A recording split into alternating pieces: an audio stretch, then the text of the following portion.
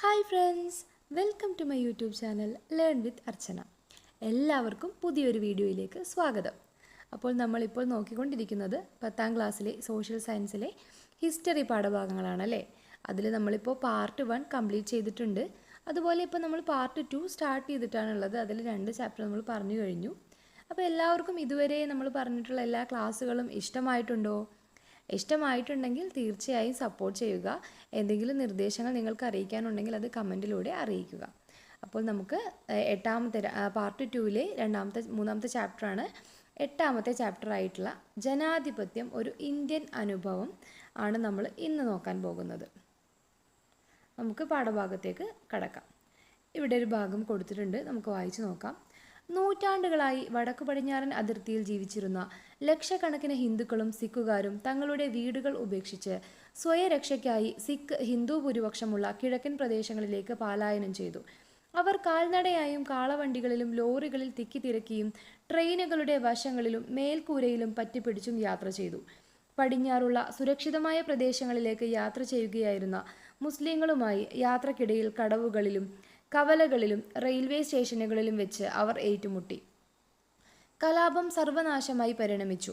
1947 വേനലോടുകൂടി പാകിസ്ഥാൻ എന്ന പുതിയ രാഷ്ട്രത്തിന്റെ രൂപീകരണം ഔദ്യോഗികമായി പ്രഖ്യാപിക്കപ്പെട്ടപ്പോൾ ഹിന്ദുക്കളും മുസ്ലിങ്ങളും സിഖുകാരും അടങ്ങുന്ന 10 ദശലക്ഷം വരുന്ന മനുഷ്യർ പലായനത്തിലായിരുന്നു. കാലവർഷം പൊട്ടി പുറപ്പെട്ടപ്പോഴേക്കും അവരിൽ 1 ദശലക്ഷത്തോളം പേർ മരണമടഞ്ഞു. ഉത്തരേന്ത്യയാകെ ആയുധമേന്തി ഭീതിയിലും ഒളിവിലും മുങ്ങിക്കഴിഞ്ഞിരുന്നു. അപ്പോൾ എന്താണ് ഇവിടെ കൊടുത്തിട്ടുള്ളത്? നമുക്കറിയാം, പ്രശസ്ത എഴുത്തുകാരനായിട്ടുള്ള ഖുശ്വന്ത് സിംഗിൻ്റെ ട്രെയിൻ ടു പാകിസ്ഥാൻ എന്നൊരു നോവലുണ്ട്.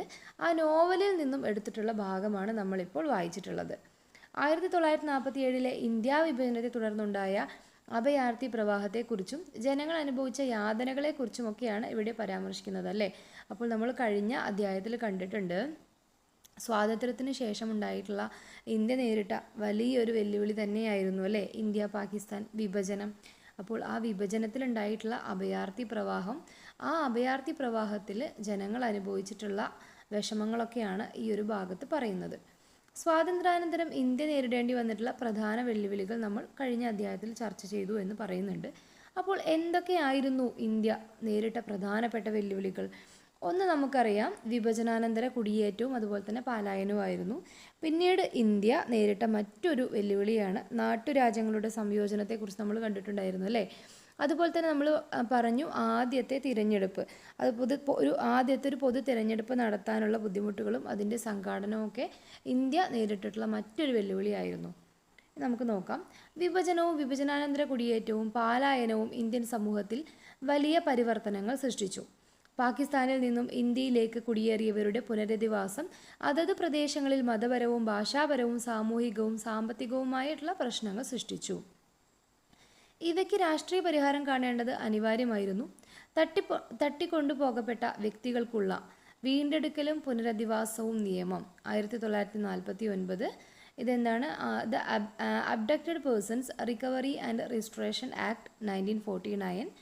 ഈ ഒരു നിയമം, അതുപോലെ തന്നെ പലായനം ചെയ്യപ്പെട്ടവർക്കുള്ള നഷ്ടപരിഹാരവും പുനരധിവാസവും നിയമം 1954. The displaced persons compensation and rehabilitation act 1954.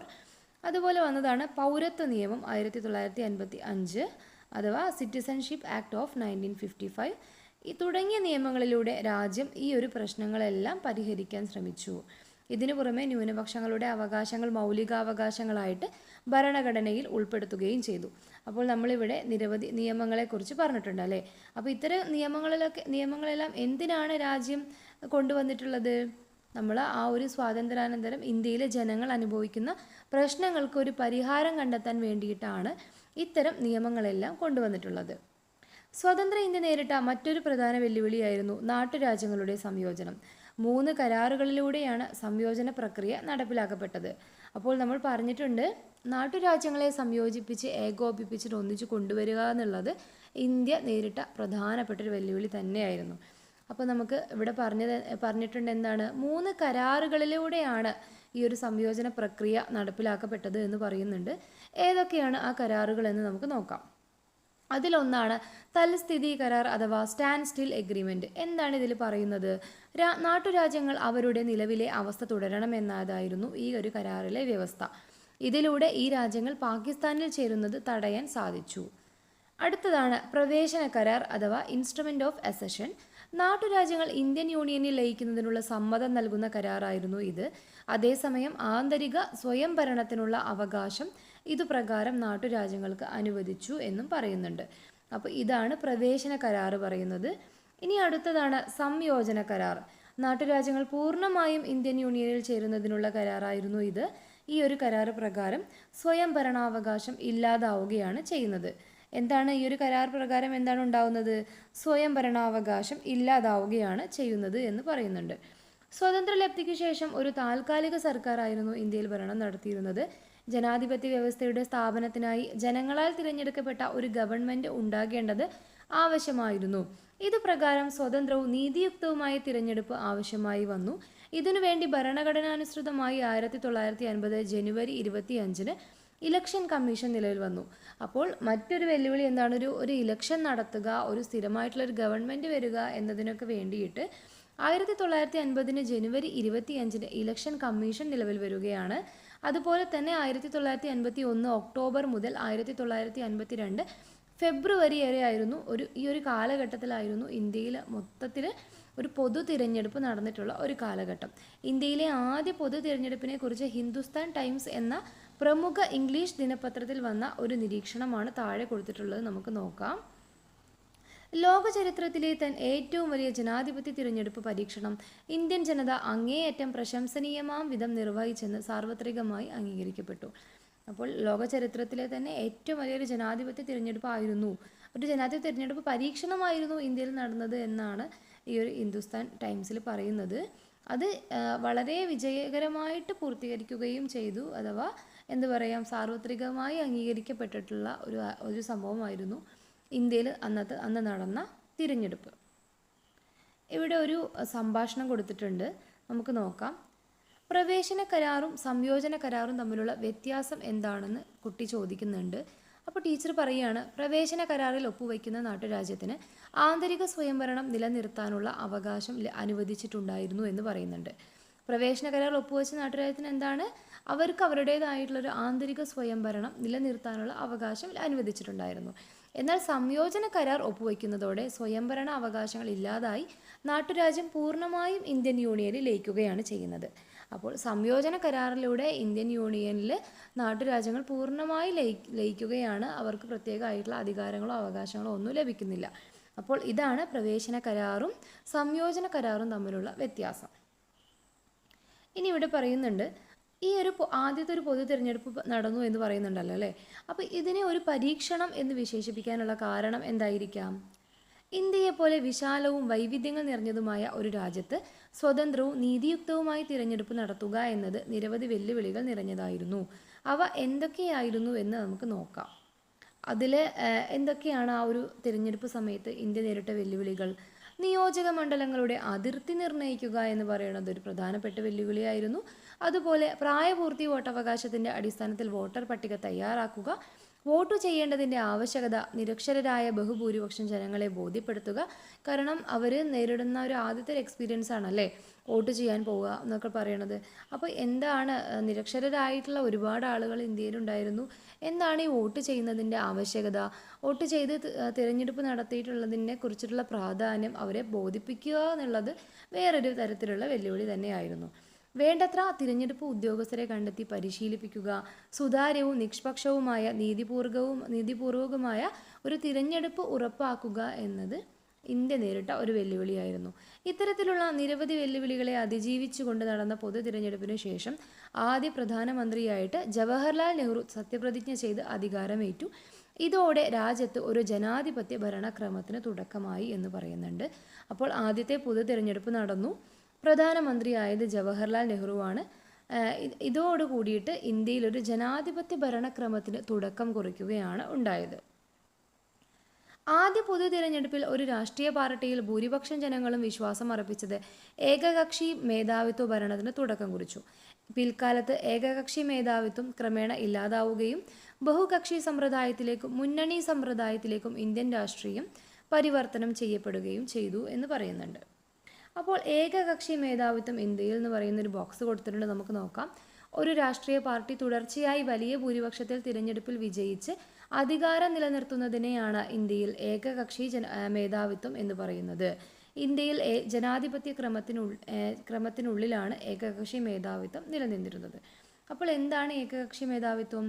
വളരെ കാലമായിട്ട് തന്നെ ഒരു പാർട്ടിക്ക് തന്നെ ഭൂരിപക്ഷം ലഭിച്ച് വളരെ കൂടുതൽ കാലം വീണ്ടും വീണ്ടും അധികാരത്തിൽ വരുന്നതാണല്ലേ ഏകകക്ഷി മേധാവിത്വം.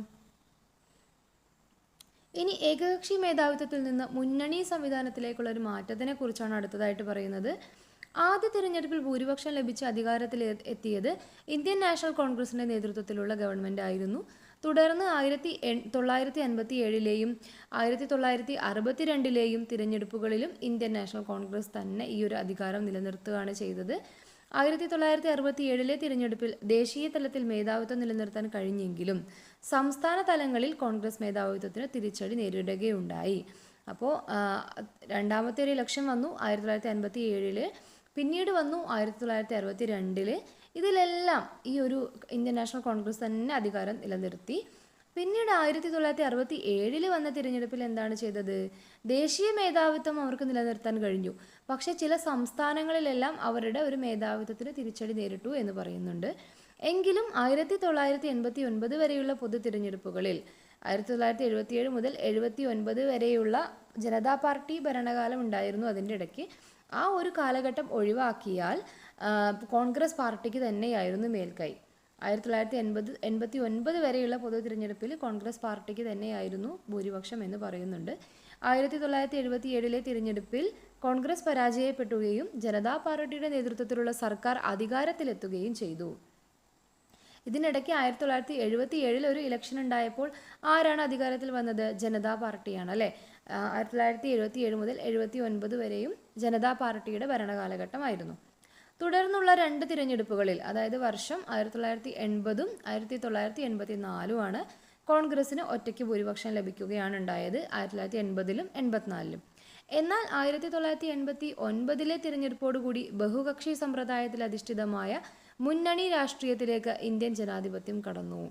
പിന്നീട് 1989 എന്ത് ഉണ്ടാവുകയാണ്? ബഹുകക്ഷി സമ്പ്രദായത്തിൽ അധിഷ്ഠിതമായിട്ടുള്ള ഒരു മുന്നണി രാഷ്ട്രീയത്തിലേക്ക് ഇന്ത്യൻ ജനാധിപത്യം കടക്കുകയാണ് ഉണ്ടായത്. 1989 ശേഷം ജനതാദൾ നേതൃത്വത്തിലുള്ള നാഷണൽ ഫ്രണ്ടും തുടർന്ന് 1991 മറ്റു രാഷ്ട്രീയ കക്ഷികളുടെ പിന്തുണയോടെ കോൺഗ്രസും അധികാരത്തിലെത്തുകയാണ് ചെയ്തത്. അപ്പോൾ എല്ലാ രാഷ്ട്രീയ പാർട്ടികളും കൂടി ഒന്നിച്ച് ചേർന്ന് 1991 മറ്റു രാഷ്ട്രീയ കക്ഷികളുടെ പിന്തുണയോടെ കോൺഗ്രസ് അധികാരത്തിലെത്തി എന്ന് പറയുന്നുണ്ട്. 1996 തിരഞ്ഞെടുപ്പിനെ തുടർന്ന് ആദ്യം BJPയും പിന്നീട് വിവിധ കക്ഷികൾ ചേർന്ന ഐക്യമുന്നണിയും അഥവാ യുണൈറ്റഡ് ഫ്രണ്ട് സർക്കാർ രൂപീകരിക്കുകയുണ്ടായി. അതുപോലെ 1998, 99 വർഷങ്ങളിലെ തിരഞ്ഞെടുപ്പുകളിൽ BJP നേതൃത്വത്തിലുള്ള ദേശീയ ജനാധിപത്യ സഖ്യം നാഷണൽ ഡെമോക്രാറ്റിക് അലയൻസ് ആണ് അധികാരത്തിൽ വന്നത്. ഏത് വർഷം? 1998 99. പിന്നീട് 2004 2009 വർഷങ്ങളിലും കോൺഗ്രസിന്റെ നേതൃത്വത്തിലുള്ള ഐക്യ പുരോഗമന സഖ്യം അഥവാ യുണൈറ്റഡ് പ്രോഗ്രസീവ് അലയൻസ് ആണ് അധികാരത്തിൽ വന്നത്. തുടർന്ന് പിന്നെ ഏതാണ്? 2014 2019 2025 വർഷങ്ങളിലെ തിരഞ്ഞെടുപ്പുകൾ ഉണ്ടായി. ഈ ഒരു 3 വർഷങ്ങളിലെ തിരഞ്ഞെടുപ്പിലും ആർക്കാണ് നേതൃത്വം ലഭിച്ചത്? BJPയുടെ നേതൃത്വത്തിലുള്ള ദേശീയ ജനാധിപത്യ സഖ്യത്തിനാണ് വിജയം ഉണ്ടായത്. അവരാണ് ഈ ഒരു 3 വർഷവും തിരഞ്ഞെടുപ്പുകളിൽ അധികാരം നിലനിർത്തിയത്. ഇന്ത്യയിലെ മുന്നണി രാഷ്ട്രീയത്തിന്റെ ചരിത്രം പരിശോധിച്ചാൽ പ്രധാനമായും താഴെ പറയുന്ന രീതികളിലാണ് സർക്കാരുകൾ രൂപീകരിക്കപ്പെട്ടത്. തിരഞ്ഞെടുപ്പിന് മുമ്പ് തന്നെ ഒരു പൊതു മിനിമം പരിപാടിയുടെ അടിസ്ഥാനത്തിൽ മുന്നണിയായി മത്സരിക്കുന്നതിന് രാഷ്ട്രീയ പാർട്ടികൾ തമ്മിൽ ധാരണയുണ്ടാക്കുക. അതുപോലെ തന്നെ തിരഞ്ഞെടുപ്പിന് ശേഷം മുന്നണി രൂപീകരിച്ച് ഗവൺമെന്റ് ഉണ്ടാക്കുക. ലോകസഭയിൽ ഭൂരിപക്ഷമില്ലാത്ത ഗവൺമെന്റിന് പുറത്തുനിന്ന് പിന്തുണ നൽകുക. അപ്പോൾ ഇത്രയും കാര്യങ്ങളാണ് ഒരു മുന്നണി രാഷ്ട്രീയത്തിന്റെ ചരിത്രം പരിശോധിച്ചാൽ നമുക്ക് മനസ്സിലാക്കാൻ കഴിയുന്നത്. ഇനി അടിയന്തരാവസ്ഥ ഇന്ത്യൻ ജനാധിപത്യത്തിലെ പ്രതിസന്ധി ഘട്ടത്തിനെ കുറിച്ചാണ് പറയുന്നത്. അടിയന്തരാവസ്ഥ സമയത്ത് എന്തൊക്കെ ഉണ്ടായി നമുക്ക് നോക്കാം. ഇവിടെ കുറേ പത്രക്കട്ടിങ്ങുകൾ കൊടുത്തിട്ടുണ്ടല്ലേ. ഈ ഒരു വാർത്താ കൊളാഷ് ശ്രദ്ധിക്കാൻ പറയുന്നുണ്ട്. അടിയന്തരാവസ്ഥ പ്രഖ്യാപിച്ചു എന്ന് പറഞ്ഞിട്ടുള്ള വാർത്തകളാണുള്ളത്. ഇന്ത്യൻ ജനാധിപത്യം അഭിമുഖീകരിച്ച ഒരു പ്രധാന പ്രതിസന്ധിയായിരുന്നു അടിയന്തരാവസ്ഥ. 1975 ജൂൺ 25-നാണ് രാജ്യത്ത് ആഭ്യന്തര അടിയന്തരാവസ്ഥ പ്രഖ്യാപിക്കപ്പെട്ടത്. എന്നാണ് ആഭ്യന്തര അടിയന്തരാവസ്ഥ പ്രഖ്യാപിച്ചത്? 1975 ജൂൺ 25-നാണ് അല്ലേ. മൗലികാവകാശങ്ങളുടെ മരവിപ്പിക്കൽ, പത്രസ്വാതന്ത്ര്യം നിഷേധിക്കൽ തുടങ്ങിയ ജനാധിപത്യാവകാശ ലംഘനങ്ങൾ അടിയന്തരാവസ്ഥയുടെ ഭാഗമായി നടപ്പിലാക്കപ്പെട്ടു. ഇന്ത്യയിൽ അടിയന്തരാവസ്ഥ പ്രഖ്യാപിക്കപ്പെട്ടതിൻ്റെ പശ്ചാത്തലം നമുക്ക് നോക്കാം. രാജ്യത്തിൻ്റെ വിവിധ ഭാഗങ്ങളിൽ കേന്ദ്ര സർക്കാരിനെതിരായി ഉയർന്നു വന്ന പ്രക്ഷോഭങ്ങളായിരുന്നു പ്രധാനപ്പെട്ട ഒരു കാരണം എന്ന് പറയുന്നുണ്ട്. അതുപോലെ തന്നെ ഗുജറാത്തിൽ മൊറാർജി ദേശായിയുടെ നേതൃത്വത്തിൽ നടന്ന പ്രക്ഷോഭം സംസ്ഥാന സർക്കാരിനെ പിരിച്ചുവിടുന്നതിലേക്ക് നയിച്ചു. തുടർന്ന് നടന്ന തിരഞ്ഞെടുപ്പിൽ കോൺഗ്രസ് പരാജയപ്പെട്ടു. ജയപ്രകാശ് നാരായണിൻ്റെയും നേതൃത്വത്തിൽ ബീഹാറിൽ നടന്ന പ്രക്ഷോഭ പരമ്പര ദേശീയ തലത്തിലും സ്വാധീനം ചെലുത്തി. അപ്പോൾ ജയപ്രകാശ് നാരായൺ എന്ന് പറയുന്നൊരു വ്യക്തി ബീഹാറിൽ പ്രക്ഷോഭ പരമ്പരയ്ക്ക് നേതൃത്വം നൽകിയിട്ടുണ്ട്. ഈ ഒരു കാരണം കൊണ്ട് ദേശീയ തലത്തിലും ഈ ഒരു പ്രക്ഷോഭ പരമ്പര എന്ത് ചെയ്തിട്ടുണ്ട്? ദേശീയ തലത്തിൽ സ്വാധീനം ചെലുത്തിയതായിട്ട് പറയുന്നുണ്ട്. ഇത് കേന്ദ്ര ഗവൺമെൻറ്റിനെതിരെയുള്ള പ്രക്ഷോഭങ്ങൾക്കും കാരണമായി. 1970-കളിൽ നേരിട്ട സാമ്പത്തിക പ്രതിസന്ധി, ഭക്ഷ്യക്ഷാമം, തൊഴിലില്ലായ്മ എന്നിവയായിരുന്നു ഈ പ്രക്ഷോഭങ്ങൾക്ക് കാരണം. അപ്പോൾ 1970-കളിൽ ഇന്ത്യ എന്ത് നേരിട്ടിട്ടുണ്ടായിരുന്നു? സാമ്പത്തിക പ്രതിസന്ധിയും ഭക്ഷ്യക്ഷാമവും തൊഴിലില്ലായ്മ എന്നിവയെല്ലാം നേരിട്ടിട്ടുണ്ടായിരുന്നു. ഇതൊക്കെയായിരുന്നു ഈ പ്രക്ഷോഭങ്ങൾക്കുള്ള കാരണമായിട്ട് പറയുന്നത്. ഈ രാഷ്ട്രീയ പ്രതിസന്ധികൾക്കിടയിലാണ് പ്രധാനമന്ത്രി ഇന്ദിരാഗാന്ധിക്കെതിരെ അലഹബാദ് ഹൈക്കോടതിയിൽ നിലനിന്നിരുന്ന തിരഞ്ഞെടുപ്പ് കേസിൽ പ്രതികൂലമായിട്ട് വിധി വരുന്നത്, തിരഞ്ഞെടുപ്പ് റദ്ദ് ചെയ്യപ്പെടുന്നതും. അപ്പോൾ അലഹബാദ് ഹൈക്കോടതിയിൽ ഒരു തിരഞ്ഞെടുപ്പുമായിട്ട് ബന്ധപ്പെട്ടുള്ള കേസ് നിലനിന്നിട്ടുണ്ടായിരുന്നു. ഇത്തരത്തിലുള്ള പ്രതിസന്ധികളൊക്കെ ഇന്ത്യയിൽ നടന്നുകൊണ്ടിരിക്കുമ്പോഴാണ് ഈ ഒരു കേസിൽ പ്രതികൂലമായിട്ടുള്ളൊരു വിധി വരുന്നു. അതുപോലെ തന്നെ തിരഞ്ഞെടുപ്പ് റദ്ദ് ചെയ്യപ്പെടുകയും ചെയ്യുന്നു. വിധിയെ തുടർന്ന് ഇന്ദിരാഗാന്ധിയുടെ രാജി ആവശ്യപ്പെട്ടുകൊണ്ട് പ്രതിപക്ഷം പ്രക്ഷോഭം ശക്തമാക്കി. എന്നാൽ സുപ്രീം കോടതി അലഹബാദ് ഹൈക്കോടതിയുടെ വിധിക്ക് സ്റ്റേ അനുവദിച്ചു. തുടർന്ന് പ്രതിപക്ഷ പ്രക്ഷോഭങ്ങൾ ആഭ്യന്തര സുരക്ഷയ്ക്ക് ഭീഷണി ഉയർത്തുന്നു എന്ന കാരണം ആരോപിച്ച് കേന്ദ്ര സർക്കാർ ഭരണഘടനയുടെ അനുച്ഛേദം 352 പ്രകാരം രാജ്യത്ത് ദേശീയ അടിയന്തരാവസ്ഥ പ്രഖ്യാപിച്ചു. അപ്പോൾ ഇത്തരം സാഹചര്യങ്ങളൊക്കെ നിലനിൽക്കുമ്പോഴാണ് കേന്ദ്ര സർക്കാർ നമ്മുടെ അടിയന്തരാവസ്ഥ പ്രഖ്യാപിക്കാനുള്ള ഒരു ഭരണഘടനയുടെ അനുച്ഛേദമാണ് അനുച്ഛേദം 352.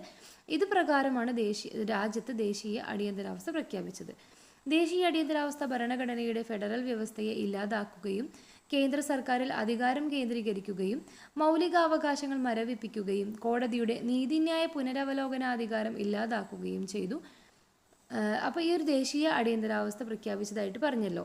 ഇത് പ്രഖ്യാപിച്ചതോടുകൂടി തന്നെ ഭരണഘടനയുടെ ഒരു ഫെഡറൽ വ്യവസ്ഥയെ ഇല്ലാതാക്കി.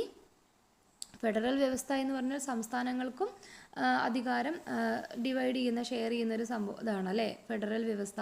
അപ്പോൾ ഈ ഒരു ഫെഡറൽ വ്യവസ്ഥയെ ഇല്ലാതാക്കി കേന്ദ്ര സർക്കാരിൽ മാത്രം അധികാരം കേന്ദ്രീകരിച്ചു.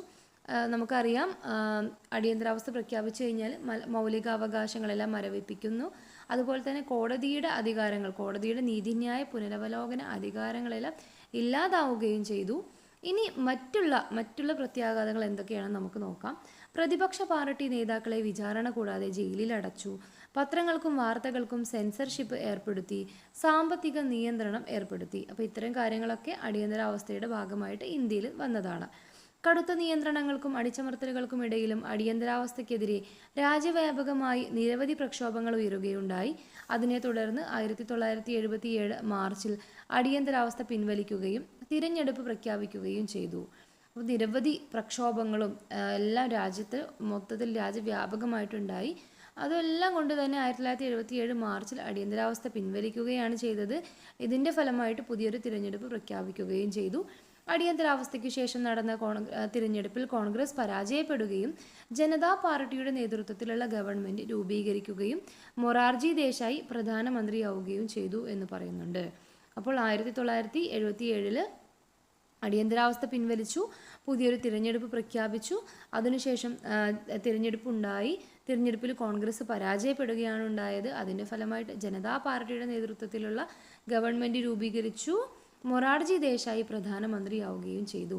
അടിയന്തരാവസ്ഥ കാലത്തുണ്ടായിട്ടുള്ള സംഭവ വികാസങ്ങൾക്കും ജനാധിപത്യം സംരക്ഷിക്കുന്നതിൽ പൗരസമൂഹത്തിന്റെ ജാഗ്രത, മാധ്യമങ്ങളുടെ ഇടപെടൽ, പൗരാവകാശങ്ങൾ എന്നിവയുടെ പ്രാധാന്യവും വ്യക്തമാക്കുന്നുണ്ട്.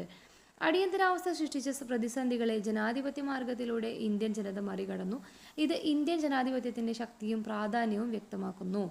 ജനാധിപത്യത്തെ ഹനിക്കുന്ന അടിയന്തരാവസ്ഥ പോലുള്ള സാഹചര്യങ്ങൾ ആവർത്തിക്കപ്പെടാതിരിക്കാനുള്ള ജാഗ്രത സൃഷ്ടിക്കുന്നതിന് ഈ ഒരു അനുഭവങ്ങൾ നമ്മളെ സഹായിക്കുന്നുണ്ട് എന്ന് പറയുന്നു. അപ്പോൾ അടിയന്തരാവസ്ഥ എന്ന് പറയുന്നത് എന്താണ്? നമുക്ക് വളരെയധികം ബുദ്ധിമുട്ടുകൾ അല്ലെങ്കിൽ നമ്മളെ ഒരു രാജ്യത്തിൽ ഒരുപാട് പ്രശ്നങ്ങൾ സൃഷ്ടിക്കുന്ന ഒരു ഇതാണ് അടിയന്തരാവസ്ഥ എന്ന് പറയുന്നത്.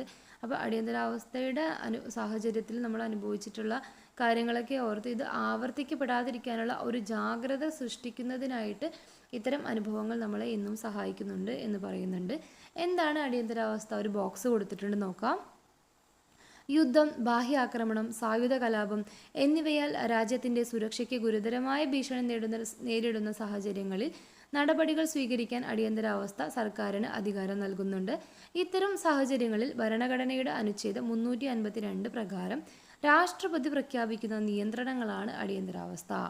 അപ്പോൾ രാജ്യത്ത് യുദ്ധം, ബാഹ്യാക്രമണം, സായുധ കലാപം ഇത്തരത്തിലുള്ള കാര്യങ്ങളൊക്കെ രാജ്യത്തിൻ്റെ സുരക്ഷയ്ക്ക് ഭീഷണിയാണ് എന്ന് കാണുമ്പോഴാണ് ഇത്തരം സാഹചര്യത്തിലാണ് അടിയന്തരാവസ്ഥ പ്രഖ്യാപിക്കാൻ സർക്കാരിന് അധികാരമുള്ളത്.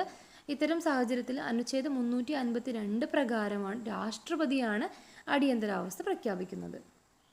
പൊതുജനാഭിപ്രായം രൂപീകരിക്കുന്നതിലും പൗരർക്ക് ജനാധിപത്യ വിദ്യാഭ്യാസം നൽകുന്നതിലും രാഷ്ട്രീയ പാർട്ടികൾക്കൊപ്പം മറ്റു ചില സാമൂഹിക പ്രസ്ഥാനങ്ങളും തൽപര ഗ്രൂപ്പുകളും സുപ്രധാന പങ്ക് വഹിച്ചിട്ടുണ്ട് എന്ന് പറയുന്നുണ്ട്.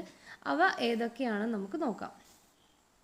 ഇതിൽ ആദ്യം നമുക്ക് നോക്കാനുള്ളത് ജനകീയ പ്രസ്ഥാനങ്ങളും ഇന്ത്യൻ ജനാധിപത്യവുമാണ്. ജനാധിപത്യ ഇന്ത്യയിൽ വിവിധ ജനവിഭാഗങ്ങളുടെ താൽപ്പര്യം സംരക്ഷിക്കുന്നതിനും അധികാരത്തിൽ പ്രാതിനിധ്യം ലഭിക്കുന്നതിനുമായി നിരവധി പ്രസ്ഥാനങ്ങൾ രൂപം കൊള്ളുകയുണ്ടായി. അപ്പോൾ എന്തിനു വേണ്ടിയിട്ടാണ് പ്രസ്ഥാനങ്ങൾ രൂപം കൊണ്ടത്? ജനാധിപത്യ ഇന്ത്യയിൽ വിവിധ വിഭാഗങ്ങളുണ്ട് അല്ലേ? അപ്പോൾ ഇത്തരം വിവിധ ജനവിഭാഗങ്ങളുടെ താല്പര്യം സംരക്ഷിക്കുന്നതിന് അതുപോലെ തന്നെ അധികാരത്തിൽ പ്രാതിനിധ്യം ലഭിക്കുന്നതിനുമൊക്കെ വേണ്ടിയിട്ടാണ് ഇത്തരം പ്രസ്ഥാനങ്ങളെല്ലാം രൂപം കൊണ്ടത്. 1970 ശേഷം ദളിതർ, സ്ത്രീകൾ, കർഷകർ തുടങ്ങിയ സാമൂഹിക വിഭാഗങ്ങൾക്കിടയിൽ മുഖ്യധാര രാഷ്ട്രീയ പാർട്ടികൾ തങ്ങളുടെ പ്രശ്നങ്ങളെയും ആവശ്യങ്ങളെയും വേണ്ട രീതിയിൽ പരിഗണിക്കുന്നില്ലെന്ന ബോധം ശക്തമാക്കുകയുണ്ടായി. ഈ വിഭാഗങ്ങൾ ഇതിനെതിരായി അവരുടെ പ്രസ്ഥാനങ്ങൾ രൂപീകരിക്കുകയും പ്രക്ഷോഭങ്ങൾ സംഘടിപ്പിക്കുകയും ചെയ്തിട്ടുണ്ട്. അപ്പോൾ നമ്മൾ ഇതിൽ ചില പ്രസ്ഥാനങ്ങളെയാണ് ഇനി കാണാൻ പോകുന്നത്. അപ്പോൾ ഏത് സാമൂഹിക വിഭാഗങ്ങൾക്കിടയിലാണ് അവരുടെ ഇടയിലാണ് പ്രശ്നങ്ങളും അതുപോലെ തന്നെ ആവശ്യങ്ങളെയും വേണ്ട രീതിയിൽ പരിഗണിക്കുന്നില്ല എന്ന ബോധം വന്നത്? മുഖ്യധാര രാഷ്ട്രീയ പാർട്ടികൾ അവരുടെ പ്രശ്നങ്ങളെ അംഗീകരിക്കുന്നില്ല എന്നുള്ള തോന്നൽ ദളിതർ, അതുപോലെ സ്ത്രീകൾ, കർഷകർ തുടങ്ങിയ വിഭാഗങ്ങൾക്കിടയിലാണ് തോന്നിത്തുടങ്ങിയത്. അപ്പോൾ നമുക്ക് ഇതുമായി ബന്ധപ്പെട്ട ചില പ്രസ്ഥാനങ്ങളുണ്ട്, അവയെ നോക്കാം. അതിലൊന്നാണ് പിന്നാക്ക വിഭാഗ പ്രസ്ഥാനങ്ങളും മണ്ഡൽ കമ്മീഷനും. നമുക്ക് നോക്കാം. പട്ടികജാതി പട്ടികവർഗ വിഭാഗങ്ങളിൽ ഉൾപ്പെടാത്തതും സാമൂഹികമായും വിദ്യാഭ്യാസപരമായും പിന്നാക്കം നിൽക്കുന്നതുമായ ജനവിഭാഗമാണ് ഇതര പിന്നാക്ക വിഭാഗങ്ങൾ അഥവാ അതർ ബാക്ക്വേർഡ് ക്ലാസസ് എന്ന് പറയുന്നു. ഈ വിഭാഗങ്ങളുടെ സർക്കാർ ഉദ്യോഗങ്ങളിലെ പ്രാതിനിധ്യത്തിനും വിദ്യാഭ്യാസ പുരോഗതിക്കുമായി നിരവധി പ്രസ്ഥാനങ്ങളും രാഷ്ട്രീയ പാർട്ടികളും ഉയർന്നു വരികയുണ്ടായിട്ടുണ്ട്. അതുപോലെ തന്നെ പിന്നാക്ക വിഭാഗങ്ങളുടെ സാമൂഹിക പിന്നാക്കാവസ്ഥയ്ക്കുള്ള കാരണങ്ങളെക്കുറിച്ച് പഠിക്കാനും അതുപോലെ തന്നെ പരിഹാരം നിർദ്ദേശിക്കുന്നതിനുമായിട്ട് 1953 കേന്ദ്ര സർക്കാർ ഒരു കമ്മീഷനെ നിയമിക്കുകയാണ് ഉണ്ടായത്. ഇത് കാക്ക കലേക്കർ കമ്മീഷൻ എന്ന പേരിലാണ് അറിയപ്പെടുന്നത്. എന്താണ് ഈ ഒരു കമ്മീഷന്റെ പേരിൽ? 1953 കേന്ദ്ര സർക്കാരാണ് ഈ ഒരു സാമൂഹിക പിന്നാക്ക വിഭാഗങ്ങളുടെ സാമൂഹിക പിന്നാക്കാവസ്ഥയ്ക്കുള്ള കാരണങ്ങളെക്കുറിച്ച് പഠിക്കാനും അതുപോലെ തന്നെ അതിനുള്ള പരിഹാരം നിർദ്ദേശിക്കാനുമായിട്ട് 1953 കേന്ദ്ര സർക്കാർ നിയമിച്ച കമ്മീഷന്റെ പേരാണ് കാക്ക കലേക്കർ കമ്മീഷൻ. കമ്മീഷൻ ചില നിർദ്ദേശങ്ങൾ സമർപ്പിച്ചുവെങ്കിലും അവ നടപ്പാക്കപ്പെട്ടിട്ടുണ്ടായിരുന്നില്ല. അടിയന്തരാവസ്ഥയ്ക്ക് ശേഷം നിലവിൽ വന്ന ജനതാ ഗവൺമെന്റ് OBC വിഭാഗങ്ങളുടെ സാമൂഹികവും വിദ്യാഭ്യാസപരവുമായ പിന്നാക്കാവസ്ഥയെക്കുറിച്ച് പഠിച്ച് പരിഹാരം നിർദ്ദേശിക്കുന്നതിനായിട്ട് 1979 BP മണ്ഡൽ അധ്യക്ഷനായിട്ടൊരു കമ്മീഷനെ നിയമിക്കുകയുണ്ടായി. OBC വിഭാഗങ്ങളുടെ പിന്നാക്കാവസ്ഥയെക്കുറിച്ച് പഠിക്കാനാണ് 1979 BP മണ്ഡൽ അധ്യക്ഷനായിട്ട് ഒരു കമ്മീഷനെ നിയമിച്ചത്. ഇത് രണ്ടാം പിന്നാക്ക വിഭാഗ കമ്മീഷൻ എന്നും മണ്ഡൽ കമ്മീഷൻ എന്ന പേരിലും അറിയപ്പെടുന്നുണ്ട്. എന്തൊക്കെയാണ് ഈ ഒരു കമ്മീഷൻ അറിയപ്പെടുന്നത്? 1953 നമ്മൾക്കറിയാം കാക്കാ കലേക്കർ കമ്മീഷനെ നിയമിച്ചു. 1979 കേന്ദ്ര സർക്കാർ നിയമിച്ച കമ്മീഷനാണ് BP മണ്ഡൽ അധ്യക്ഷനായിട്ടുള്ള രണ്ടാം പിന്നാക്ക വിഭാഗ കമ്മീഷൻ എന്നും അറിയപ്പെടുന്ന മണ്ഡൽ കമ്മീഷൻ. സർക്കാർ ഉദ്യോഗങ്ങളിലും വിദ്യാഭ്യാസ സ്ഥാപനങ്ങളിലും പിന്നാക്ക വിഭാഗങ്ങൾക്ക് 27% സംവരണം നിർദ്ദേശിച്ചുകൊണ്ടുള്ള റിപ്പോർട്ട് 1980 കമ്മീഷൻ കേന്ദ്ര സർക്കാരിന് സമർപ്പിച്ചു. അപ്പോൾ ഇവർ സമർപ്പിച്ച റിപ്പോർട്ടിൽ എന്താണ് പറയുന്നത്? സർക്കാർ ഉദ്യോഗങ്ങളിലും അതുപോലെ തന്നെ വിദ്യാഭ്യാസ സ്ഥാപനങ്ങളിലും പിന്നാക്ക വിഭാഗങ്ങൾക്ക് 27% സംവരണം നിർദ്ദേശിച്ചു. എത്ര ശതമാനമാണ്? 27% സംവരണമാണ് ഈ ഒരു റിപ്പോർട്ട് പ്രകാരം അവർ നിർദ്ദേശിച്ചത്. 1979 ഈ ഒരു കമ്മീഷനെ നിയമിച്ചത്. അവർ റിപ്പോർട്ട് സമർപ്പിക്കുന്നത് 1980. VP സിംഗിൻ്റെ നേതൃത്വത്തിലുള്ള ദേശീയ മുന്നണി 1990 ഈ റിപ്പോർട്ട് നടപ്പിലാക്കാൻ തീരുമാനിച്ചു. ഈ തീരുമാനം ഉത്തരേന്ത്യയിലെ പല നഗരങ്ങളിലും പ്രക്ഷോഭങ്ങൾക്കും അക്രമാസക്തമായ പ്രതിഷേധങ്ങൾക്കും കാരണമായിട്ടുണ്ടായിരുന്നു. എന്നാൽ പിൽക്കാലത്ത് റിപ്പോർട്ട് നടപ്പിലാക്കുന്നതിന് സുപ്രീം കോടതി അനുമതി നൽകി. ഇന്ന് രാജ്യത്തെ എല്ലാ പ്രധാന രാഷ്ട്രീയ പാർട്ടികളും OBC സംവരണത്തെ അംഗീകരിക്കുന്നുണ്ട് എന്ന് പറയുന്നുണ്ട്. ജനസംഖ്യയുടെ പകുതിയോളം വരുന്ന പിന്നാക്ക വിഭാഗങ്ങളുടെ ക്ഷേമം ഉറപ്പുവരുത്താൻ സാധിച്ചു എന്ന നിലയിൽ മണ്ഡൽ കമ്മീഷൻ റിപ്പോർട്ടിന് ഇന്ത്യൻ ജനാധിപത്യ ചരിത്രത്തിൽ വലിയ പ്രാധാന്യമുണ്ട്. മണ്ഡൽ കമ്മീഷന്റെ രൂപീകരണം മുതൽ റിപ്പോർട്ട് നടപ്പിലാക്കുന്നത് വരെയുള്ള കാലഘട്ടത്തിൽ പിന്നാക്ക വിഭാഗങ്ങൾക്ക് പ്രാമുഖ്യമുള്ള നിരവധി രാഷ്ട്രീയ പ്രസ്ഥാനങ്ങളും സാമൂഹിക പ്രസ്ഥാനങ്ങളും ഉയർന്നു വന്നിട്ടുണ്ട്. ജനതാദളിൽ നിന്നും രൂപപ്പെട്ടിട്ടുള്ള മറ്റു പാർട്ടികളെല്ലാം നമുക്ക് ഇത്തരത്തിൽ ഉയർന്നു വന്നിട്ടുള്ള രാഷ്ട്രീയ പ്രസ്ഥാനങ്ങൾക്കും ഉദാഹരണമായിട്ട് പറയാൻ പറ്റുന്നതാണ്. ഇനി BP മണ്ഡൽ ഒരു ബോക്സിൽ BP മണ്ഡലിനെ കുറിച്ച് പറയുന്നൊരു ബോക്സ് കൊടുത്തിട്ടുണ്ട്, നമുക്ക് നോക്കാം. ബീഹാറിൽ നിന്നുള്ള സോഷ്യലിസ്റ്റ് നേതാവായിരുന്നു രണ്ടാം പിന്നാക്ക വിഭാഗ കമ്മീഷൻ അധ്യക്ഷനായിട്ടുണ്ടായിരുന്ന BP മണ്ഡൽ. 1967 മുതൽ 1970 വരെ 1977, 1979 കാലഘട്ടങ്ങളിൽ അദ്ദേഹം പാർലമെന്റ് അംഗമായിരുന്നു. 1968 1.5 മാസത്തോളം ബീഹാർ മുഖ്യമന്ത്രിയായിട്ടും അദ്ദേഹം ചുമതല നിർവഹിച്ചിട്ടുണ്ട്. 1977 ജനതാ പാർട്ടിയുടെ അംഗത്വം സ്വീകരിക്കുകയാണ് ഉണ്ടായത്. ഇനി പറയുന്നത് ദളിത് പ്രസ്ഥാനങ്ങളെ കുറിച്ചാണ്, നമുക്ക് നോക്കാം. സ്വാതന്ത്ര്യാനന്തര ഇന്ത്യയിൽ ദളിത് വിഭാഗങ്ങൾ സമൂഹത്തിന്റെ മുഖ്യധാരയിൽ നിന്നും അകറ്റി നിർത്തപ്പെടുകയാണെന്നും അർഹതപ്പെട്ട അവകാശങ്ങൾ നിഷേധിക്കപ്പെടുകയാണെന്നുമുള്ള വികാരത്തിൽ നിന്നുമാണ് ദളിത് പ്രസ്ഥാനങ്ങൾ ഉയർന്നു വന്നത്. സ്വാതന്ത്ര്യാനന്തരം ഇന്ത്യയിൽ എന്താണ്, ഒരു ദളിത് വിഭാഗങ്ങൾക്ക് അവരുടെ ഒരു സമൂഹത്തിന് മുഖ്യധാരയിൽ നിന്ന് അവർ അകറ്റി നിർത്തപ്പെടുകയാണെന്നുള്ള ചിന്ത അവരിൽ വന്നു. അപ്പോൾ അതുപോലെ തന്നെ അർഹതപ്പെട്ട അവകാശങ്ങൾ അവർക്ക് കിട്ടുന്നില്ല, അത് നിഷേധിക്കപ്പെടുകയാണ് എന്നുമുള്ള ആ ഒരു വികാരത്തിൽ നിന്നുമാണ് ദളിത് പ്രസ്ഥാനങ്ങൾ ഉയർന്നു വന്നത് എന്നാണ് പറയുന്നത്. വിദ്യാഭ്യാസം, തൊഴിൽ എന്നീ മേഖലകളിൽ ഭരണഘടന ദളിത് വിഭാഗത്തിന് സംവരണം ഉറപ്പാക്കുന്നുണ്ടെങ്കിലും അവർക്ക് സാമൂഹിക പ്രാധാന്യമുള്ള മേഖലകളിലും അതുപോലെ തന്നെ മുഖ്യധാരാ രാഷ്ട്രീയത്തിലും ഭരണതലത്തിലും അർഹമായ സ്ഥാനം ലഭിക്കാത്ത സാഹചര്യമാണ് നിലനിന്നിട്ടുണ്ടായിരുന്നത്. വിദ്യാഭ്യാസം, തൊഴിൽ എന്നീ മേഖലകളിലെ പിന്നാക്കാവസ്ഥ, സാമൂഹികവും സാമ്പത്തികവുമായ അസമത്വം, സ്വന്തമായി ഭൂമിയില്ലാത്ത അവസ്ഥ തുടങ്ങിയ പ്രശ്നങ്ങൾ ദളിത് ജനത അഭിമുഖീകരിക്കുന്ന മറ്റുള്ള പ്രശ്നങ്ങളായിരുന്നു. അപ്പോൾ അവർ അനുഭവിച്ചിരുന്ന അല്ലെങ്കിൽ അവർ ഫേസ് ചെയ്തിട്ടുള്ള മറ്റ് പ്രശ്നങ്ങൾ എന്തൊക്കെയായിരുന്നു? അവർക്ക് മുഖ്യധാര രാഷ്ട്രീയത്തിലും ഭരണത്തിലും ഒന്നും അർഹമായ സ്ഥാനം ലഭിച്ചിരുന്നില്ല. അതുപോലെ തന്നെ വിദ്യാഭ്യാസം, തൊഴിൽ മേഖലകളിൽ പിന്നാക്കാവസ്ഥ നേരിട്ടിട്ടുണ്ടായിരുന്നു. സാമൂഹികവും സാമ്പത്തികവുമായിട്ടുള്ള അസമത്വം ഉണ്ടായിരുന്നു. സ്വന്തമായി ഭൂമിയില്ലാത്ത അവസ്ഥയും അവിടെ ഉണ്ടായിരുന്നു. ദളിത് ജനത അഭിമുഖീകരിക്കുന്ന പ്രശ്നങ്ങളായിരുന്നു ഇവയെല്ലാം. ഭരണഘടനാ ശില്പിയായ ഡോക്ടർ BR അംബേദ്കറുടെ ആശയങ്ങളാൽ പ്രചോദിതരായ ദളിത് വിഭാഗങ്ങൾ സംഘടിക്കുകയും പ്രസ്ഥാനങ്ങൾ രൂപീകരിക്കുകയും ചെയ്തു. ഇത്തരം പ്രസ്ഥാനങ്ങളിൽ പ്രധാനപ്പെട്ടതായിരുന്നു ദളിത് പാന്തേഴ്സ് പ്രസ്ഥാനം. അപ്പോൾ ഇത്തരം പ്രസ്ഥാനങ്ങളിൽ ഒരു പ്രധാനപ്പെട്ട ഒരു പ്രസ്ഥാനം ഏതാണ്? ദളിത് പാന്തേഴ്സ് പ്രസ്ഥാനം പറയുന്നുണ്ട്. ഡോക്ടർ BR അംബേദ്കറുടെ ആശയങ്ങളിൽ പ്രചോദിതമായിട്ടാണ് ഈ ദളിതർ കൂടുതലായിട്ടും അവർ സംഘടിക്കുകയും പ്രസ്ഥാനങ്ങൾ ഉണ്ടാക്കുകയും ചെയ്തിട്ടുള്ളത്. ഇനി നമുക്ക് നോക്കാം എന്താണ് ദളിത് പാന്തേഴ്സ് പ്രസ്ഥാനം നോക്കാം. 1972 മഹാരാഷ്ട്രയിലാണ് ദളിത് പാന്തേഴ്സ് പ്രസ്ഥാനം രൂപീകരിക്കപ്പെട്ടത്. നഗരമേഖലയിലെ അഭ്യസ്തവിദ്യരായ ദളിത് ചെറുപ്പക്കാരായിരുന്നു ഈ ഒരു പ്രസ്ഥാനത്തിന് നേതൃത്വം നൽകിയിട്ടുണ്ടായിരുന്നത്. ആരായിരുന്നു ഈ ഒരു പ്രസ്ഥാനത്തിന് നേതൃത്വം നൽകിയിട്ടുണ്ടായിരുന്നത്? നഗരമേഖലയിലെ അഭ്യസ്തവിദ്യരായ ദളിത് ചെറുപ്പക്കാരായിരുന്നു അല്ലേ. പിന്നാക്ക വിഭാഗങ്ങൾക്ക് സാമൂഹിക നീതി, തുല്യത, ജാതി ഉന്മൂലനം തുടങ്ങിയവ അംബേദ്കറുടെ ആശയങ്ങൾ ദളിത് പാന്തേഴ്സ് പ്രസ്ഥാനത്തെ സ്വാധീനിച്ചു. ജാതി വിവേചനങ്ങൾക്കെതിരെ അക്രമോത്സുകമായ ചെറുത്തുനിൽപ്പുകൾ, പോലീസിന്റെ അന്യായമായ നടപടികൾക്കെതിരെ വലിയ ജനപങ്കാളിത്തത്തോടെയുള്ള പ്രക്ഷോഭങ്ങൾ, സാഹിത്യ സാംസ്കാരിക പരിപാടികൾ, മറ്റ് സാമൂഹിക നീതി പ്രസ്ഥാനങ്ങളുമായി ചേർന്ന് വൈവിധ്യമാർന്ന പ്രവർത്തനങ്ങൾ തുടങ്ങിയവ ഇവർ സംഘടിപ്പിച്ചു. അപ്പോൾ ഇവർ ഒരുപാട് നിരവധി പ്രവർത്തനങ്ങൾ ഇവർ സംഘടിപ്പിച്ചിട്ടുണ്ടായിരുന്നു അല്ലേ, ഈ ഒരു ദളിത് പാന്തേഴ്സ് പ്രസ്ഥാനം. തൊട്ടുകൂടാത്തവരായി കരുതി മാറ്റി നിർത്തപ്പെട്ടവരുടെ ജീവിതം, സാഹിത്യം, സിനിമ, നാടകം തുടങ്ങിയവയിൽ പ്രമേയമാക്കുന്നതിനും ദളിതർക്കെതിരായ ആക്രമണങ്ങൾക്കെതിരെ ശക്തമായ നടപടികൾ സ്വീകരിക്കാൻ ഭരണകൂടത്തെ പ്രേരിപ്പിക്കുന്നതിനും ദളിത് പാന്തേഴ്സ് പ്രസ്ഥാനത്തിന് കഴിഞ്ഞു എന്ന് പറയുന്നുണ്ട്. അപ്പോൾ ഇവരുടെ ഒരു സ്വാധീനം സാഹിത്യം, സിനിമ, നാടകം ഇതിലെല്ലാം പ്രമേയമാക്കി. അതുപോലെ തന്നെ അവർക്ക് എതിരായിട്ടുള്ള ആക്രമണങ്ങൾക്കെതിരെ ശക്തമായ നടപടികൾ സ്വീകരിക്കാൻ വേണ്ടിയിട്ട് അവർ ഭരണകൂടത്തെ പ്രേരിപ്പിച്ചു. ഇത്തരം കാര്യങ്ങളൊക്കെ ദളിത് പാന്തേഴ്സ് പ്രസ്ഥാനത്തിന് നടത്താൻ കഴിഞ്ഞിട്ടുണ്ട്. ദളിത് വിഭാഗങ്ങളുടെ ഉന്നമനത്തിനായി രൂപപ്പെട്ട മറ്റൊരു പ്രസ്ഥാനമായിരുന്നു 1978 രൂപീകരിക്കപ്പെട്ട backward and minority communities employees federation, BAMCEF. എന്തായിരുന്നു ഈ ഒരു ഫെഡറേഷൻ്റെ പേര്? 1978 രൂപീകരിക്കപ്പെട്ടത് backward and minority communities employees federation. ഇത് കേവലം ഉദ്യോഗസ്ഥരുടെ താല്പര്യ സംരക്ഷണാർത്ഥം മാത്രം രൂപീകരിക്കപ്പെട്ട സംഘടന ആയിരുന്നില്ല, മറിച്ച് പട്ടികജാതി പട്ടികവർഗ വിഭാഗങ്ങൾ, മറ്റ് പിന്നാക്ക വിഭാഗങ്ങൾ, ന്യൂനപക്ഷങ്ങൾ എന്നിവർക്ക് രാഷ്ട്രീയ അധികാരം ലഭിക്കുന്നതിനായിട്ടും ഈ സംഘടന നിലകൊണ്ടു.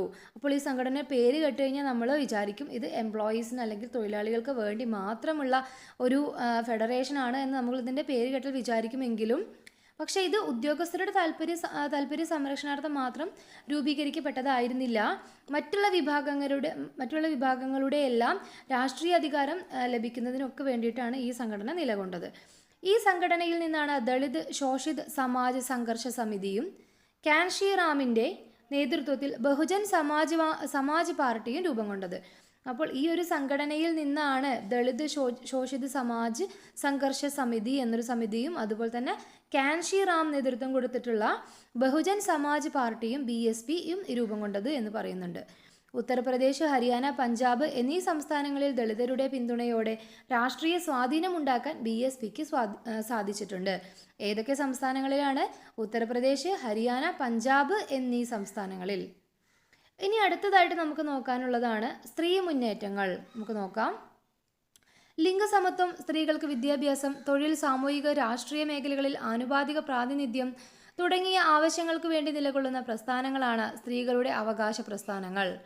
എന്തിനൊക്കെ വേണ്ടിയിട്ടാണ്? സ്ത്രീകൾക്ക് ലിംഗസമത്വം, വിദ്യാഭ്യാസം, തൊഴിൽ, സാമൂഹിക രാഷ്ട്രീയ മേഖലകളിലുള്ള പ്രാതിനിധ്യം എന്നിവയ്ക്ക് വേണ്ടിയിട്ടൊക്കെ തുടങ്ങിയതാണ് സ്ത്രീകളുടെ അവകാശ പ്രസ്ഥാനങ്ങൾ. ഗാർഹിക പീഡനം, അവകാശ നിഷേധം, അടിച്ചമർത്തലുകൾ, ലൈംഗിക അതിക്രമം, പുരുഷ മേധാവിത്വം ഇവയെല്ലാം സ്ത്രീ സമൂഹം നേരിടുന്ന പ്രശ്നങ്ങളാണ്. ഇത്തരം വിഷയങ്ങൾക്ക് പരിഹാരം തേടുന്നതിനായി രാജ്യത്ത് നിരവധി പ്രസ്ഥാനങ്ങൾ രൂപപ്പെട്ടിട്ടുണ്ട്. പ്രധാനപ്പെട്ടവ ചില സ്ത്രീ മുന്നേറ്റങ്ങളെക്കുറിച്ച് നമുക്ക് നോക്കാം. നിരവധി സ്ത്രീ മുന്നേറ്റ പ്രസ്ഥാനങ്ങളെല്ലാം നമ്മുടെ രാജ്യത്ത് ഉണ്ട്. അപ്പോൾ നമുക്ക് ഏതൊക്കെയാണ് ചില പ്രധാനപ്പെട്ട സ്ത്രീ മുന്നേറ്റങ്ങളെന്ന് നമുക്ക് നോക്കാം. അതിലൊന്നാണ് ചാരായ വിരുദ്ധ പ്രസ്ഥാനം, ആൻറ്റി അറാക്ക് മൂവ്മെൻറ്റ്. 1990കളിൽ ആന്ധ്രാപ്രദേശിലെ നെല്ലൂർ ജില്ലയിൽ ഉയർന്നു വന്ന സ്ത്രീ മുന്നേറ്റ പ്രസ്ഥാനമാണ് ചാരായ വിരുദ്ധ പ്രസ്ഥാനം. ആയിരക്കണക്കിന് സ്ത്രീകൾ അണിചേർന്ന ഈ പ്രസ്ഥാനം പിന്നീട് സംസ്ഥാനമാകെ വ്യാപിച്ചു. പ്രാദേശികമായി നിർമ്മിച്ച് വിതരണം ചെയ്തിരുന്ന ലഹരി പാനീയമായിരുന്നു ചാരായം. ലഹരിയുടെ വ്യാപകമായ ഉപയോഗം സമൂഹത്തിൽ അന്തഃഛിദ്രം സൃഷ്ടിക്കുകയും യുവാക്കളുടെ മാനസിക ശാരീരിക നില തകരാറിലാവുകയും ചെയ്തു. ഇത് ഗ്രാമത്തിൻ്റെ സാമ്പത്തിക അടിത്തറ തകർക്കുന്നതിനും ഗാർഹിക പീഡനം, സ്ത്രീകൾക്കെതിരായ അതിക്രമങ്ങൾ, ദാരിദ്ര്യം തുടങ്ങിയവയ്ക്കും കാരണമായി. സ്ത്രീകൾ നേരിടുന്ന ലൈംഗികാതിക്രമം, പൊതുയിടങ്ങളിലെ അതിക്രമങ്ങൾ, ലിംഗവിവേചനം തുടങ്ങി വിവിധ പ്രശ്നങ്ങളെ അഭിസംബോധന ചെയ്യുന്ന പ്രക്ഷോഭമായി ചാരായ വിരുദ്ധ പ്രസ്ഥാനം പിന്നീട് വളർന്നു. ഇത് സമൂഹത്തിൽ ലഹരിക്കെതിരെയും സ്ത്രീകൾ നേരിടുന്ന പ്രശ്നങ്ങൾക്കെതിരെയും സാമൂഹിക അവബോധം സൃഷ്ടിക്കുന്നതിന് സഹായിച്ചു. അപ്പോൾ നമ്മളിപ്പോൾ നോക്കിയത് ചാരായ വിരുദ്ധ പ്രസ്ഥാനമാണ്. ഇതൊരു സ്ത്രീ മുന്നേറ്റ പ്രസ്ഥാനമാണ് എന്നാണ് പറയുന്നത്. ആയിരക്കണക്കിന് സ്ത്രീകൾ അണിചേർന്നിട്ടുള്ള ഒരു സംഘടനയായിരുന്നു ഇത്. ഇത് എവിടെയാണ് ഉണ്ടായിരുന്നത്? ആന്ധ്രാപ്രദേശിലെ നെല്ലൂർ ജില്ലയിലായിരുന്നു ഇത് ആരംഭിച്ചതെങ്കിലും സംസ്ഥാനത്ത് ആകെ ആ ഒരു ആന്ധ്രാപ്രദേശ് മൊത്തത്തിൽ പിന്നീട് വ്യാപിച്ച ഒരു പ്രസ്ഥാനമായിട്ട് ഇത് മാറുകയാണ് ഉണ്ടായത്. ഇത് പിന്നീട് ലഹരിക്കെതിരെയും അതുപോലെ തന്നെ സ്ത്രീകൾ നേരിടുന്ന പ്രശ്നങ്ങൾക്കെതിരെയും ഉയർന്നു വരുന്ന ഒരു പ്രസ്ഥാനമായിട്ട് പിന്നീട് മാറി. ഇവിടെ ഒരു ചിത്രം കൊടുത്തിട്ടുണ്ട്. ഹൈദരാബാദിൽ 1992 നടന്ന ചാരായ വിരുദ്ധ സമരത്തിന് കൊടുക്കുന്ന ഒരു ചിത്രമാണിത്. ഇവിടെ ഒരു കോൺവെർസേഷൻ കൊടുത്തിട്ടുണ്ട്, നമുക്ക് നോക്കാം. ടീച്ചർ, ലഹരി ഉപയോഗിക്കുന്നത് കൊണ്ടുള്ള ദോഷങ്ങൾ എന്തൊക്കെയാണ്? ലഹരി വലിയൊരു വിപത്താണ്. കാഴ്ച, കേൾവി വൈകല്യങ്ങൾ, ശാരീരിക പ്രവർത്തനങ്ങളുടെ ഏകോപനമില്ലായ്മ, ദുർഗന്ധമുള്ള ശ്വാസം, മന്ദത തുടങ്ങിയവ ലഹരിയുടെ ഹ്രസ്വകാല ഫലങ്ങളാണ്. കൂടാതെ ശാരീരിക മാനസിക പ്രശ്നങ്ങൾ, അനാരോഗ്യം, പ്രതിരോധശേഷി കുറവ് തുടങ്ങിയ ദീർഘകാല ഫലങ്ങളും ലഹരി ഉപയോഗത്തിനുണ്ട്. അമിതമായ ലഹരി ഉപയോഗം മരണത്തിലേക്ക് നയിക്കും. സുരക്ഷിതമല്ലാത്ത ലഹരി ഉപയോഗം എയ്ഡ്സ്, STD തുടങ്ങിയവയ്ക്കും കാരണമാകാം എന്ന് പറയുന്നുണ്ട്. ഇനി അടുത്തതായിട്ട് വരുന്ന ഒരു പ്രസ്ഥാനമാണ് നിർഭയ പ്രസ്ഥാനം. സ്ത്രീകൾക്കെതിരായ അതിക്രമങ്ങൾക്കെതിരെ ഡൽഹിയിൽ രൂപപ്പെട്ട ബഹുജന മുന്നേറ്റമാണ് നിർഭയ പ്രസ്ഥാനം. 2012 ഡൽഹി നഗരത്തിൽ വെച്ച് ഒരു പെൺകുട്ടി ലൈംഗികാതിക്രമത്തിന് ഇരയായി കൊല്ലപ്പെടുന്ന സാഹചര്യമുണ്ടായിരുന്നു. ഈ സംഭവം രാജ്യവ്യാപകമായി വലിയ പ്രക്ഷോഭങ്ങൾക്ക് ഇടയാക്കി. ഈ പ്രക്ഷോഭമാണ് നിർഭയ പ്രസ്ഥാനത്തിന്റെ രൂപീകരണത്തിന് കാരണമായത്.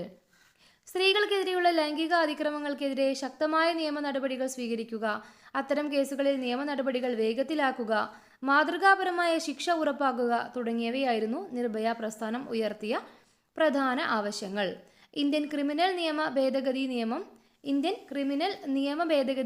2013, ഇതാണ് നിർഭയ നിയമം. ലൈംഗികാതിക്രമ കേസുകൾ കൈകാര്യം ചെയ്യുന്നതിനായുള്ള അതിവേഗ കോടതികൾ, ഫാസ്റ്റ് ട്രാക്ക് കോർട്സ് എന്നിവ നിർഭയ പ്രക്ഷോഭത്തെ തുടർന്ന് നിലവിൽ വന്നവയാണ്. അപ്പോൾ ഈ ഒരു നിർഭയ പ്രക്ഷോഭം നടന്നു എന്ന് പറഞ്ഞു. ഇതിൻ്റെ ഫലമായിട്ട് അവർ ഉയർത്തിയിട്ടുള്ള നിർഭയ പ്രസ്ഥാനം ഉയർത്തിയ പ്രധാന ആവശ്യങ്ങളായിരുന്നു ഇന്ത്യൻ ക്രിമിനൽ നിയമ ഭേദഗതി നിയമം 2013, ലൈംഗികാതിക്രമ കേസുകൾ കൈകാര്യം ചെയ്യുന്നതിനായിട്ടുള്ള അതിവേഗ കോടതികളും. ഇതിനെ തുടർന്നാണ് ഈ ഒരു നിർഭയ പ്രക്ഷോഭത്തെ തുടർന്ന് നിലവിൽ വന്നവയാണ്. അടുത്തതാണ് നമുക്ക് പഠിക്കാനുള്ളത് മത്സ്യത്തൊഴിലാളികളുടെ മുന്നേറ്റം. ലോകത്തിലെ രണ്ടാമത്തെ വലിയ മത്സ്യബന്ധന സമൂഹമാണ് ഇന്ത്യയിലെ മത്സ്യത്തൊഴിലാളികൾ. കിഴക്കും പടിഞ്ഞാറും പ്രദേശങ്ങളിൽ വസിക്കുന്ന കോടിക്കണക്കിന് ജനങ്ങളുടെ ഉപജീവന മാർഗം മത്സ്യബന്ധനമാണ്. മത്സ്യബന്ധന തൊഴിലാളികൾ ഉപജീവനവുമായി ബന്ധപ്പെട്ട് നേരിടുന്ന പ്രശ്നങ്ങളുടെ പരിഹാരത്തിനായി നിരവധി മുന്നേറ്റങ്ങൾ ഉണ്ടായിട്ടുണ്ട്. 1980കളുടെ മധ്യത്തോടെ നമ്മുടെ രാജ്യത്തിൻ്റെ സാമ്പത്തിക നയങ്ങളിൽ വന്ന മാറ്റം മത്സ്യബന്ധന രംഗത്തെയും സാരമായി ബാധിച്ചു. പ്രധാനമായും ആഴക്കടൽ മത്സ്യബന്ധനവുമായി ബന്ധപ്പെട്ട കേന്ദ്ര സർക്കാരിൻ്റെ നയങ്ങൾക്കെതിരെയായിരുന്നു പ്രക്ഷോഭങ്ങൾ സംഘടിപ്പിക്കപ്പെട്ടത്. അപ്പോൾ ഈ ഒരു മത്സ്യത്തൊഴിലാളികളുടെ മുന്നേറ്റം എന്താണ്? നമുക്കറിയാം, ഇന്ത്യ എന്ന് പറയുന്നത് ലോകത്തിലെ രണ്ടാമത്തെ വലിയ മത്സ്യബന്ധന സമൂഹം നിലനിൽക്കുന്ന ഒരു രാജ്യമാണ്. അപ്പോൾ ഇവിടുത്തെ ജനങ്ങളുടെ ഒരു പ്രധാനപ്പെട്ട ഉപജീവന മാർഗമാണ് മത്സ്യബന്ധനം. അപ്പോൾ ഇത്തരത്തിൽ മത്സ്യബന്ധനവുമായി ബന്ധപ്പെട്ട് ഉപജീവന മാർഗം നയിക്കുന്നവർ നേരിട്ടിട്ടുള്ള പ്രശ്നങ്ങളെല്ലാം പരിഹരിക്കുന്നതിന് വേണ്ടിയിട്ടുള്ള മുന്നേറ്റമാണ് ഈ ഒരു മത്സ്യത്തൊഴിലാളികളുടെ മുന്നേറ്റം. കേന്ദ്ര സർക്കാരിൻ്റെ ചില നയങ്ങളുണ്ടായിരുന്നു. ഒരു 1980കളുടെ മധ്യത്തോടെ വന്നിട്ടുള്ള സാമ്പത്തിക നയത്തിൽ വന്ന ഒരു രാജ്യത്തിൻ്റെ സാമ്പത്തിക നയങ്ങളിൽ വന്ന മാറ്റം മത്സ്യരംഗത്തെയും ബാധിച്ചിട്ടുണ്ടായിരുന്നു.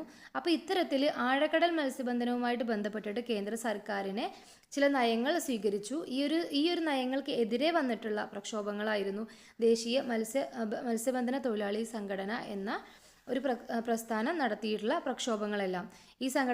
ഈ ഒരു സംഘടനയുടെ നേതൃത്വത്തിലായിരുന്നു ഇത്തരത്തിലുള്ള പ്രക്ഷോഭങ്ങൾ സംഘടിപ്പിക്കപ്പെട്ടത് എന്ന് പറയുന്നുണ്ട്. ഇവിടെ ദേശീയ മത്സ്യബന്ധന തൊഴിലാളികളുടെ സംഘടനയുടെ ലോഗോ കൊടുത്തിട്ടുണ്ട്, നാഷണൽ ഫിഷ് വർക്കേഴ്സ് ഫോറം. വിവിധ സംസ്ഥാനങ്ങളിൽ പ്രവർത്തിക്കുന്ന പരമ്പരാഗത മത്സ്യബന്ധന തൊഴിലാളികളുടെ കൂട്ടായ്മകളെ ഏകോപിപ്പിച്ച് അവരുടെ അവകാശ സംരക്ഷണത്തിനായി പ്രവർത്തിക്കുന്ന സംഘടനയാണിത്.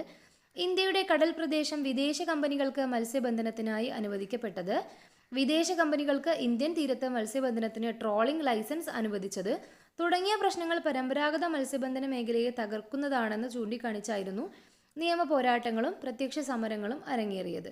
അപ്പോൾ എന്തിനെതിരെയായിരുന്നു? ഇന്ത്യയുടെ കടൽ പ്രദേശം വിദേശ കമ്പനികൾക്ക് മത്സ്യബന്ധനത്തിനായിട്ട് അനുവദിച്ചിട്ടുണ്ടായിരുന്നു.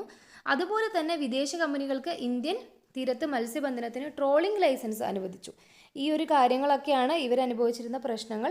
ഇതിനെ ചൂണ്ടിക്കാട്ടിയാണ് അവരുടെ നിയമ പോരാട്ടങ്ങളും പ്രത്യക്ഷ സമരങ്ങളും എല്ലാം നടന്നിട്ടുണ്ടായിരുന്നത്. കടലോര പരിസ്ഥിതി സംരക്ഷണവും ഈ സംഘടനയുടെ പ്രധാന ലക്ഷ്യങ്ങളിൽ ഒന്നാണ്. കേരളത്തിലെ മത്സ്യബന്ധന തൊഴിലാളികളാണ് NFFന്റെ, അതായത് നമ്മളിവിടെ വായിച്ചു അല്ലേ, നാഷണൽ ഫിഷ് വർക്കേഴ്സ് ഫോറം NFFന്റെ നേതൃത്വത്തിൽ തൊഴിലാളികളെ സംഘടിപ്പിച്ച് അവകാശ പോരാട്ടം ശക്തമാക്കിയത്. മത്സ്യബന്ധന തൊഴിലാളികളുടെ സംഘടനാബോധം ഉണർന്നത് ജനാധിപത്യ സംവിധാനത്തിൽ അവരുടെ പങ്കാളിത്തം വർദ്ധിക്കാൻ സഹായകമായിട്ടുണ്ട് എന്ന് പറയുന്നുണ്ട്. ഇനി അടുത്തതാണ് പരിസ്ഥിതി പ്രസ്ഥാനങ്ങൾ, എൻവയോൺമെൻറ്റൽ മൂവ്മെൻറ്റ്സ്. നമുക്ക് നോക്കാം. അശാസ്ത്രീയമായ വികസനം സൃഷ്ടിക്കുന്ന പരിസ്ഥിതി പ്രശ്നങ്ങൾക്കും അതുമൂലമുണ്ടാകുന്ന സാമൂഹിക നീതി നിഷേധത്തിനും എതിരായാണ് പരിസ്ഥിതി പ്രസ്ഥാനങ്ങൾ ഉയർന്നു വന്നത്. വൻകിട ജലസേചന പദ്ധതികൾ, വ്യവസായങ്ങൾ, ഖനനം, വനനശീകരണം തുടങ്ങിയവ ഉണ്ടാക്കുന്ന പാരിസ്ഥിതിക സാമൂഹിക പ്രശ്നങ്ങളെയാണ് ഈ ഒരു പ്രസ്ഥാനങ്ങൾ പ്രധാനമായിട്ട് അഭിസംബോധന ചെയ്യുന്നത്.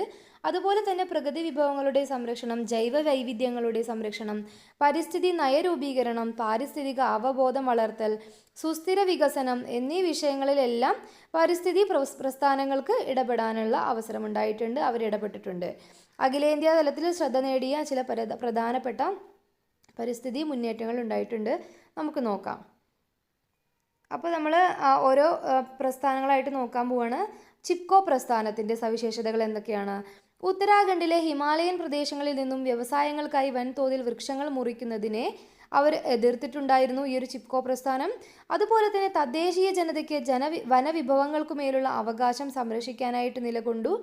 സ്ത്രീ പങ്കാളിത്തവും നേതൃത്വവും ഈ ഒരു ചിപ്കോ പ്രസ്ഥാനത്തിൻ്റെ ഭാഗമായിട്ട് ഉണ്ടായിരുന്നു.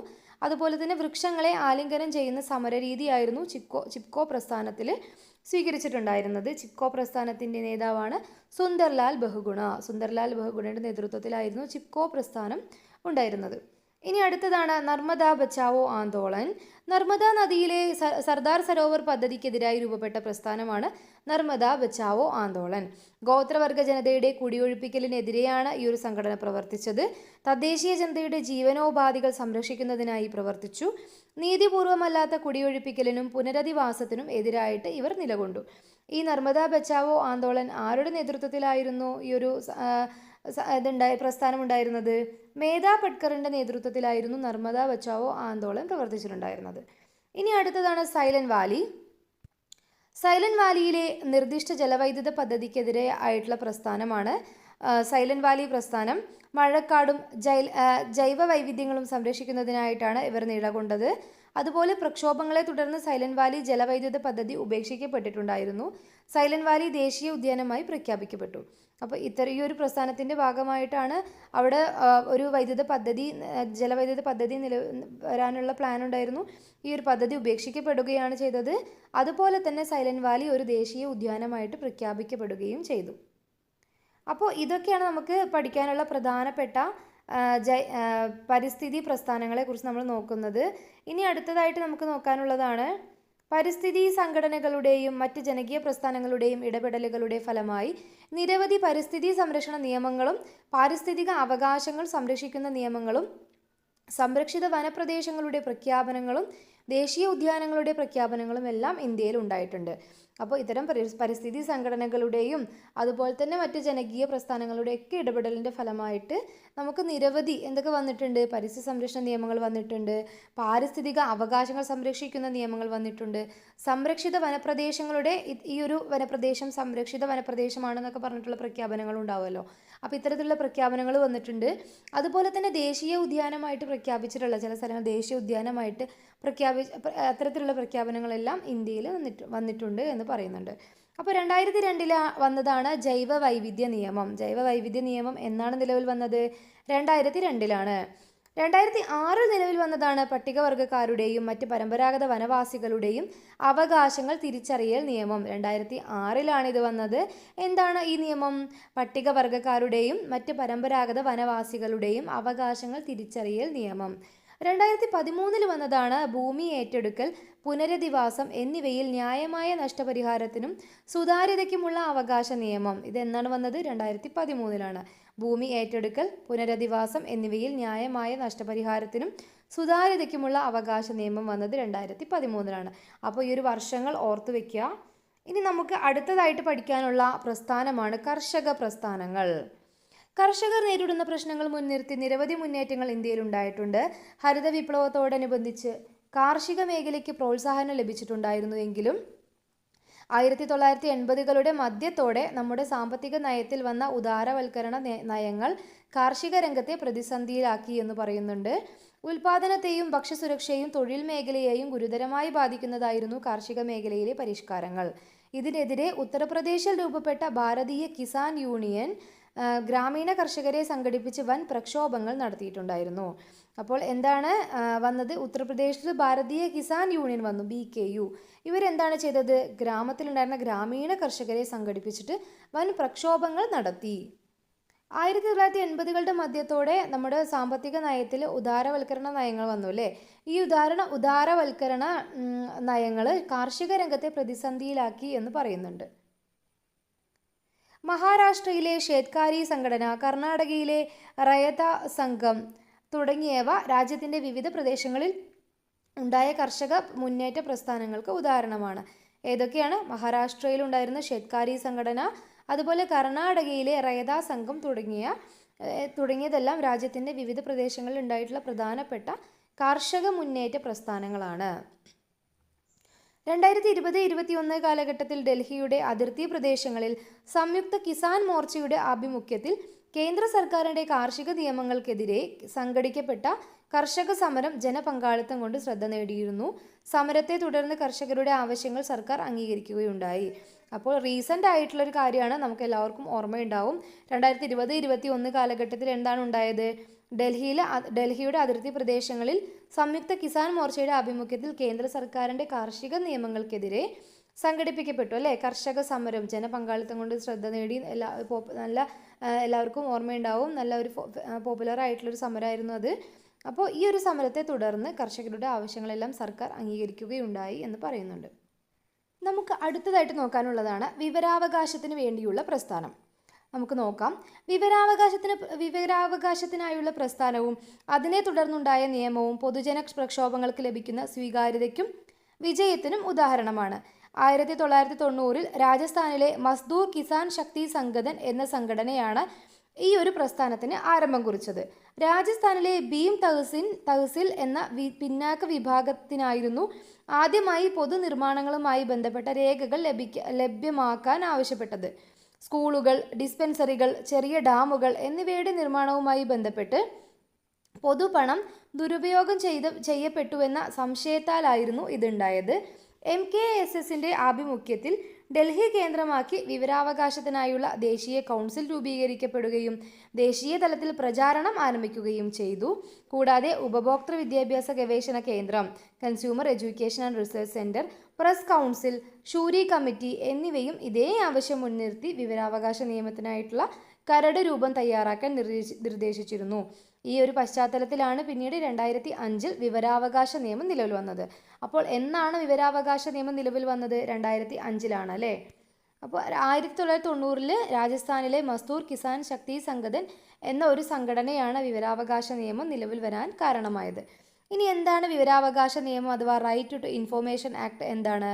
2005-ൽ ഇന്ത്യൻ പാർലമെൻറ്റ് വിവരാവകാശ നിയമം പാസ്സാക്കുകയും 2005 ഒക്ടോബർ 12-ന് നിയമം പ്രാബല്യത്തിൽ വരികയും ചെയ്തു.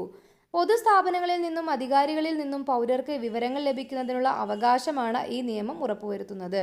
ഇതുപ്രകാരം വിവരങ്ങൾ 30 ദിവസങ്ങൾക്കുള്ളിൽ നൽകേണ്ടതുണ്ട്. ഹർജിക്കാരൻ്റെ ജീവനും സ്വാതന്ത്ര്യത്തിനും ഭീഷണിയായ കാര്യങ്ങളാണെങ്കിൽ 48 മണിക്കൂറിനുള്ളിൽ വിവരങ്ങൾ നൽകണം. അപ്പോൾ ഈ ഒരു വിവരാവകാശ നിയമപ്രകാരം എന്താണ്? ഇത് പ്രകാരം എന്തെങ്കിലും നമ്മൾ വിവരം ആവശ്യപ്പെട്ടിട്ടൊരു പൊതുസ്ഥാപനത്തിൽ നിന്ന് നമ്മൾ അപേക്ഷ കൊടുത്തിട്ടുണ്ടെങ്കിൽ 30 ദിവസങ്ങൾക്കുള്ളിൽ നൽകേണ്ടതുണ്ട് എന്ന് പറയുന്നുണ്ട്. അതുപോലെ തന്നെ ചില കേസിൽ ഈ ഒരു ഹർജിക്കാരൻ്റെ ജീവനും സ്വാതന്ത്ര്യത്തിനും ഭീഷണിയായിട്ടുള്ള കാര്യങ്ങളാണെങ്കിൽ 48 മണിക്കൂറിനുള്ളിൽ വിവരങ്ങൾ നൽകണം എന്നും പറയുന്നുണ്ട്. വിവരങ്ങൾ നൽകുന്നതിനായി ഓരോ സ്ഥാപനത്തിലും ഒരു ചീഫ് ഇൻഫർമേഷൻ ഓഫീസർ പ്രവർത്തിക്കുന്നുണ്ട്. അതുപോലെ നിശ്ചിത സമയത്തിനുള്ളിൽ വിവരങ്ങൾ ലഭിക്കാത്ത പക്ഷം ഹർജിക്കാരന് മേലധികാരികൾക്ക് അപ്പീൽ സമർപ്പിക്കാവുന്നതാണ്. വിവരാവകാശ നിയമത്തിൻ്റെ നടത്തിപ്പിനായി കേന്ദ്രത്തിലും സംസ്ഥാനങ്ങളിലും വിവരാവകാശ കമ്മീഷനുകൾ പ്രവർത്തിച്ചു വരുന്നു. ജനാധിപത്യത്തിൽ സുതാര്യത അത്യന്താപേക്ഷിതമായതിനാലും അഴിമതി നിർമ്മാർജ്ജനം ചെയ്യേണ്ടതിനാലും പൊതുകാര്യങ്ങളെ സംബന്ധിച്ച് ആധികാരികമായ വിവരങ്ങൾ പൗരർക്ക് ലഭ്യമാക്കേണ്ടതുണ്ട്. ഇനി അടുത്തതാണ് പ്രാദേശിക പ്രസ്ഥാനങ്ങൾ. വൈവിധ്യങ്ങൾ നിറഞ്ഞ രാജ്യമാണ് ഇന്ത്യ. ഭൂപ്രകൃതി, കാലാവസ്ഥ, ഭാഷ, സംസ്കാരം, ജീവിത രീതി, മതം, വംശം തുടങ്ങിയവയിലെല്ലാം ഈ ഒരു വൈവിധ്യം നമുക്ക് കാണാൻ സാധിക്കും. ഇവയുടെ അടിസ്ഥാനത്തിൽ ഒരു പ്രദേശത്തിന് പ്രത്യേക പരിഗണന, ആനുകൂല്യം, സംരക്ഷണം തുടങ്ങിയിട്ടുള്ള ആവശ്യങ്ങൾക്കായി ഉടലെടുക്കുന്ന പ്രസ്ഥാനങ്ങളാണ് പ്രാദേശിക പ്രസ്ഥാനങ്ങൾ. അപ്പോൾ ഇവയുടെ അടിസ്ഥാനത്തിൽ ഒരു പ്രദേശത്തിന് ഒരു പ്രത്യേക പരിഗണന അല്ലെങ്കിൽ ഒരു ആനുകൂല്യം, സംരക്ഷണം, എന്തെങ്കിലും ഒരു പ്രത്യേകതയുള്ള ഒരു പ്രദേശത്തിൻ്റെ കാര്യമാണ് പറയുന്നത്. ഇത്തരം ആവശ്യങ്ങളൊക്കെ ഉന്നയിക്കുന്ന ഈ ഒരു ആവശ്യത്തിൻ്റെ അടിസ്ഥാനത്തിലാണ് ഇത്തരം പ്രസ്ഥാനങ്ങളെ പ്രധാനമായും കുടിയേറ്റ വിരുദ്ധ പ്രസ്ഥാനങ്ങൾ, പ്രാദേശിക സ്വയംഭരണ പ്രസ്ഥാനങ്ങൾ, വിഘടനവാദ പ്രസ്ഥാനങ്ങൾ എന്നിങ്ങനെയൊക്കെ തിരിക്കാൻ കഴിയും. ഈ ഒരു എന്താണോ ആവശ്യം അതിനനുസരിച്ച് ഇത്തരം ചില പ്രസ്ഥാനങ്ങളും അവയെ ഇന്ത്യൻ ജനാധിപത്യം എങ്ങനെ സമീപിച്ചു എന്ന് നമുക്ക് നോക്കാം. അപ്പോൾ ഇത്തരത്തിലുള്ള ഈ ഒരു പ്രാദേശിക പ്രസ്ഥാനങ്ങൾക്കുള്ള ഉദാഹരണങ്ങളാണ് പറയാൻ പോകുന്നത്. അതിലൊന്നാണ് ദ്രാവിഡ പ്രസ്ഥാനം. നമുക്ക് നോക്കാം. ദ്രാവിഡ ജനതയുടെ രാഷ്ട്രീയ ശാക്തീകരണം, തമിഴ് ഭാഷയുടെ വളർച്ച, യുക്തിവാദം എന്നീ ആശയങ്ങളുടെ സ്വാധീനത്താൽ 20-ാം നൂറ്റാണ്ടിൻ്റെ ആദ്യ ദശകങ്ങളിൽ തമിഴ്നാട്ടിൽ ആരംഭിച്ച പ്രസ്ഥാനമായിരുന്നു ദ്രാവിഡ പ്രസ്ഥാനം. അപ്പോൾ എന്നാണ് ദ്രാവിഡ ജനതയുടെ രാഷ്ട്രീയ ശാക്തീകരണത്തിനെയും അതുപോലെ തന്നെ തമിഴ് ഭാഷയുടെ വളർച്ചയെയും യുക്തിവാദം എന്നീ ആശയങ്ങളുടെയൊക്കെ സ്വാധീനത്താൽ 20-ാം നൂറ്റാണ്ടിൻ്റെ ആദ്യ ദശകങ്ങളിൽ തമിഴ്നാട്ടിലാണ് ഈ ഒരു പ്രസ്ഥാനം ആരംഭിക്കുന്നത്. ദ്രാവിഡ സംസ്കാരത്തിനുമേൽ ബ്രാഹ്മണ സംസ്കാരം മേധാവിത്വം നേടുന്നത് ചെറുക്കുക എന്നതും ഈ ഒരു പ്രസ്ഥാനത്തിന് ലക്ഷ്യമായിരുന്നു. EV രാമസ്വാമി നായ്ക്കരുടെ ആത്മാഭിമാന പ്രസ്ഥാനത്തിൻ്റെ ആശയധാരയിൽ നിന്നാണ് ഈ ഒരു പ്രസ്ഥാനം രൂപമെടുത്തത്. പിന്നീട് അദ്ദേഹം ദ്രാവിഡ കഴകം എന്ന രാഷ്ട്രീയ പാർട്ടിക്ക് രൂപം നൽകി. ഇത് ദ്രാവിഡ മുന്നേറ്റ കഴകമായിട്ട് മാറി. ആദ്യം ഏത് പ്രസ്ഥാനത്തിനാണ് രൂപം കൊടുത്തത്? ദ്രാവിഡ കഴകത്തിനായിരുന്നു. രാഷ്ട്രീയ പാർട്ടിയാണ്. ഈ ഒരു ദ്രാവിഡ കഴകമാണ് പിന്നീട് ദ്രാവിഡ മുന്നേറ്റ കഴകമായിട്ട് മാറുന്നത്. ശക്തമായ പ്രക്ഷോഭങ്ങളിലൂടെ തമിഴ്നാട് രാഷ്ട്രീയത്തെ സ്വാധീനിച്ച DMK 1967 അധികാരത്തിലെത്തിയിട്ടുണ്ടായിരുന്നു. അതുപോലെ പിന്നീടുള്ള തമിഴ്നാട് രാഷ്ട്രീയത്തിൽ വിവിധ ദ്രാവിഡ പ്രസ്ഥാനങ്ങളുടെ സ്വാധീനം നമുക്ക് കാണാൻ സാധിക്കും. ഇനി അടുത്തതാണ് കുടിയേറ്റ വിരുദ്ധ പ്രസ്ഥാനങ്ങൾ. മറ്റൊരു പ്രാദേശിക പ്രസ്ഥാനമാണ് കുടിയേറ്റ വിരുദ്ധ പ്രസ്ഥാനങ്ങൾ. അനിയന്ത്രിത കുടിയേറ്റം ഒരു പ്രദേശത്തെ തദ്ദേശീയ ജനതയ്ക്ക് സൃഷ്ടിക്കുന്ന വംശീയ, ഭാഷാ, സാംസ്കാരിക, സാമ്പത്തിക, തൊഴിൽ പ്രശ്നങ്ങളെ മുൻനിർത്തി രൂപപ്പെടുന്ന പ്രസ്ഥാനങ്ങളാണ് കുടിയേറ്റ വിരുദ്ധ പ്രസ്ഥാനങ്ങൾ. ഈ ഒരു കുടിയേറ്റ പ്രസ്ഥാനത്തിൻ്റെ ഉദാഹരണമാണ് അസം പ്രസ്ഥാനം. നമുക്ക് നോക്കാം. കുടിയേറ്റത്തിനെതിരെ, വിശേഷിച്ച് ബംഗ്ലാദേശികളുടെ കുടിയേറ്റത്തിനെതിരെ 1979 മുതൽ 1985 വരെ അസമിൽ നടന്ന പ്രക്ഷോഭമാണ് അസം പ്രസ്ഥാനത്തിന് തുടക്കം കുറിച്ചത്. അപ്പോൾ ബംഗ്ലാദേശികൾ അസമിലേക്ക് കുടിയേറുന്നു. ഇതിനെതിരെ നടന്ന ഒരു പ്രക്ഷോഭമാണ് അസം പ്രസ്ഥാനം. അസം ഓൾ സ്റ്റുഡൻസ് യൂണിയനാണ് ഈ ഒരു പ്രസ്ഥാനത്തിന് നേതൃത്വം നൽകിയിട്ടുണ്ടായിരുന്നത്. ബംഗ്ലാദേശിൽ നിന്നുള്ള അനധികൃത കുടിയേറ്റം അസം ജനതയുടെ തൊഴിലവസരങ്ങൾ ഇല്ലാതാക്കുമെന്നും ദാരിദ്ര്യത്തിനും സാമ്പത്തിക പ്രതിസന്ധികൾക്കും കാരണം ആകുമെന്നുമാണ് ഈ ഒരു പ്രക്ഷോഭകാരികളുടെ ആശങ്ക ഉണ്ടായിരുന്നത്. 1981 ശേഷം അനധികൃതമായി അസമിൽ കുടിയേറിയവരെ പുറത്താക്കാൻ പ്രക്ഷോഭകാരികൾ ആവശ്യപ്പെട്ടു. വ്യാപകമായ അക്രമങ്ങൾക്കും സംഘർഷങ്ങൾക്കും സമരം വഴിയൊരുക്കി. കേന്ദ്ര സർക്കാർ പ്രക്ഷോഭകരുമായി 1985 ഒപ്പുവെച്ച കരാറും തുടർന്നുണ്ടായ ജനാധിപത്യ ഇടപെടലുകളും പ്രശ്നത്തെ ഒരു പരിധിവരെ പരിഹരിക്കാൻ സഹായിച്ചു എന്ന് പറയുന്നുണ്ട്. ഇനി അടുത്തതാണ് സ്വയംഭരണത്തിന് വേണ്ടിയുള്ള പ്രസ്ഥാനങ്ങൾ. രാജ്യത്തിനുള്ളിൽ കൂടുതൽ സ്വയംഭരണം ആവശ്യപ്പെട്ടുകൊണ്ടോ പ്രത്യേക സംസ്ഥാന പദവി ആവശ്യപ്പെട്ടുകൊണ്ടോ ഉദയം ചെയ്ത പ്രസ്ഥാനങ്ങളാണ് ഇവ. എന്തിനു വേണ്ടിയിട്ടാണ് സ്വയംഭരണ പ്രസ്ഥാനങ്ങൾ ആരംഭിച്ചത്? രാജ്യത്തിനുള്ളിൽ കൂടുതൽ സ്വയംഭരണം ആവശ്യപ്പെട്ടുകൊണ്ടോ അല്ലെങ്കിൽ ഒരു സംസ്ഥാന പദവി ആവശ്യപ്പെട്ടുകൊണ്ടോ ഉദയം ചെയ്യുന്ന പ്രസ്ഥാനങ്ങളാണ് സ്വയംഭരണത്തിന് വേണ്ടിയിട്ടുള്ള പ്രസ്ഥാനങ്ങൾ.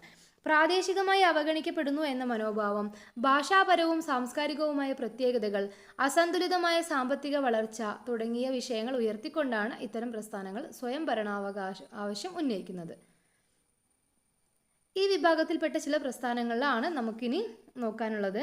അതിലൊന്നാണ് ഗൂർഖാലാൻഡ് പ്രസ്ഥാനം. നേതൃത്വം കൊടുത്ത സംഘടന ഗൂർഖ നാഷണൽ ലിബറേഷൻ ഫ്രണ്ടാണ്. ഇവരുടെ ആവശ്യം അല്ലെങ്കിൽ ഇത് രൂപീകരിക്കാനുള്ള കാരണം എന്തായിരുന്നു? പശ്ചിമ ബംഗാളിൽ നേപ്പാളി ഭാഷ സംസാരിക്കുന്ന ഗൂർഖ വിഭാഗത്തിന് പ്രത്യേക സംസ്ഥാനം രൂപീകരിക്കുക എന്നതായിരുന്നു. അപ്പോൾ വെസ്റ്റ് ബംഗാളിലെ നേപ്പാളി ഭാഷ സംസാരിക്കുന്ന ഒരു വിഭാഗം ഉണ്ടായിരുന്നു. അവരാണ് ഗൂർഖ വിഭാഗം. ഇവർക്കൊരു പ്രത്യേക സംസ്ഥാനം രൂപീകരിക്കാൻ വേണ്ടിയിട്ടാണ് ഗൂർഖാലാൻഡ് പ്രസ്ഥാനം രൂപീകരിച്ചത്. ഇവർക്കുള്ള പരിഹാരമായിട്ട് 1988 സ്വയംഭരണാധികാരമുള്ള ഡാർജിലിംഗ് ഗൂർഖ ഹിൽ കൗൺസിലിന് രൂപം നൽകി.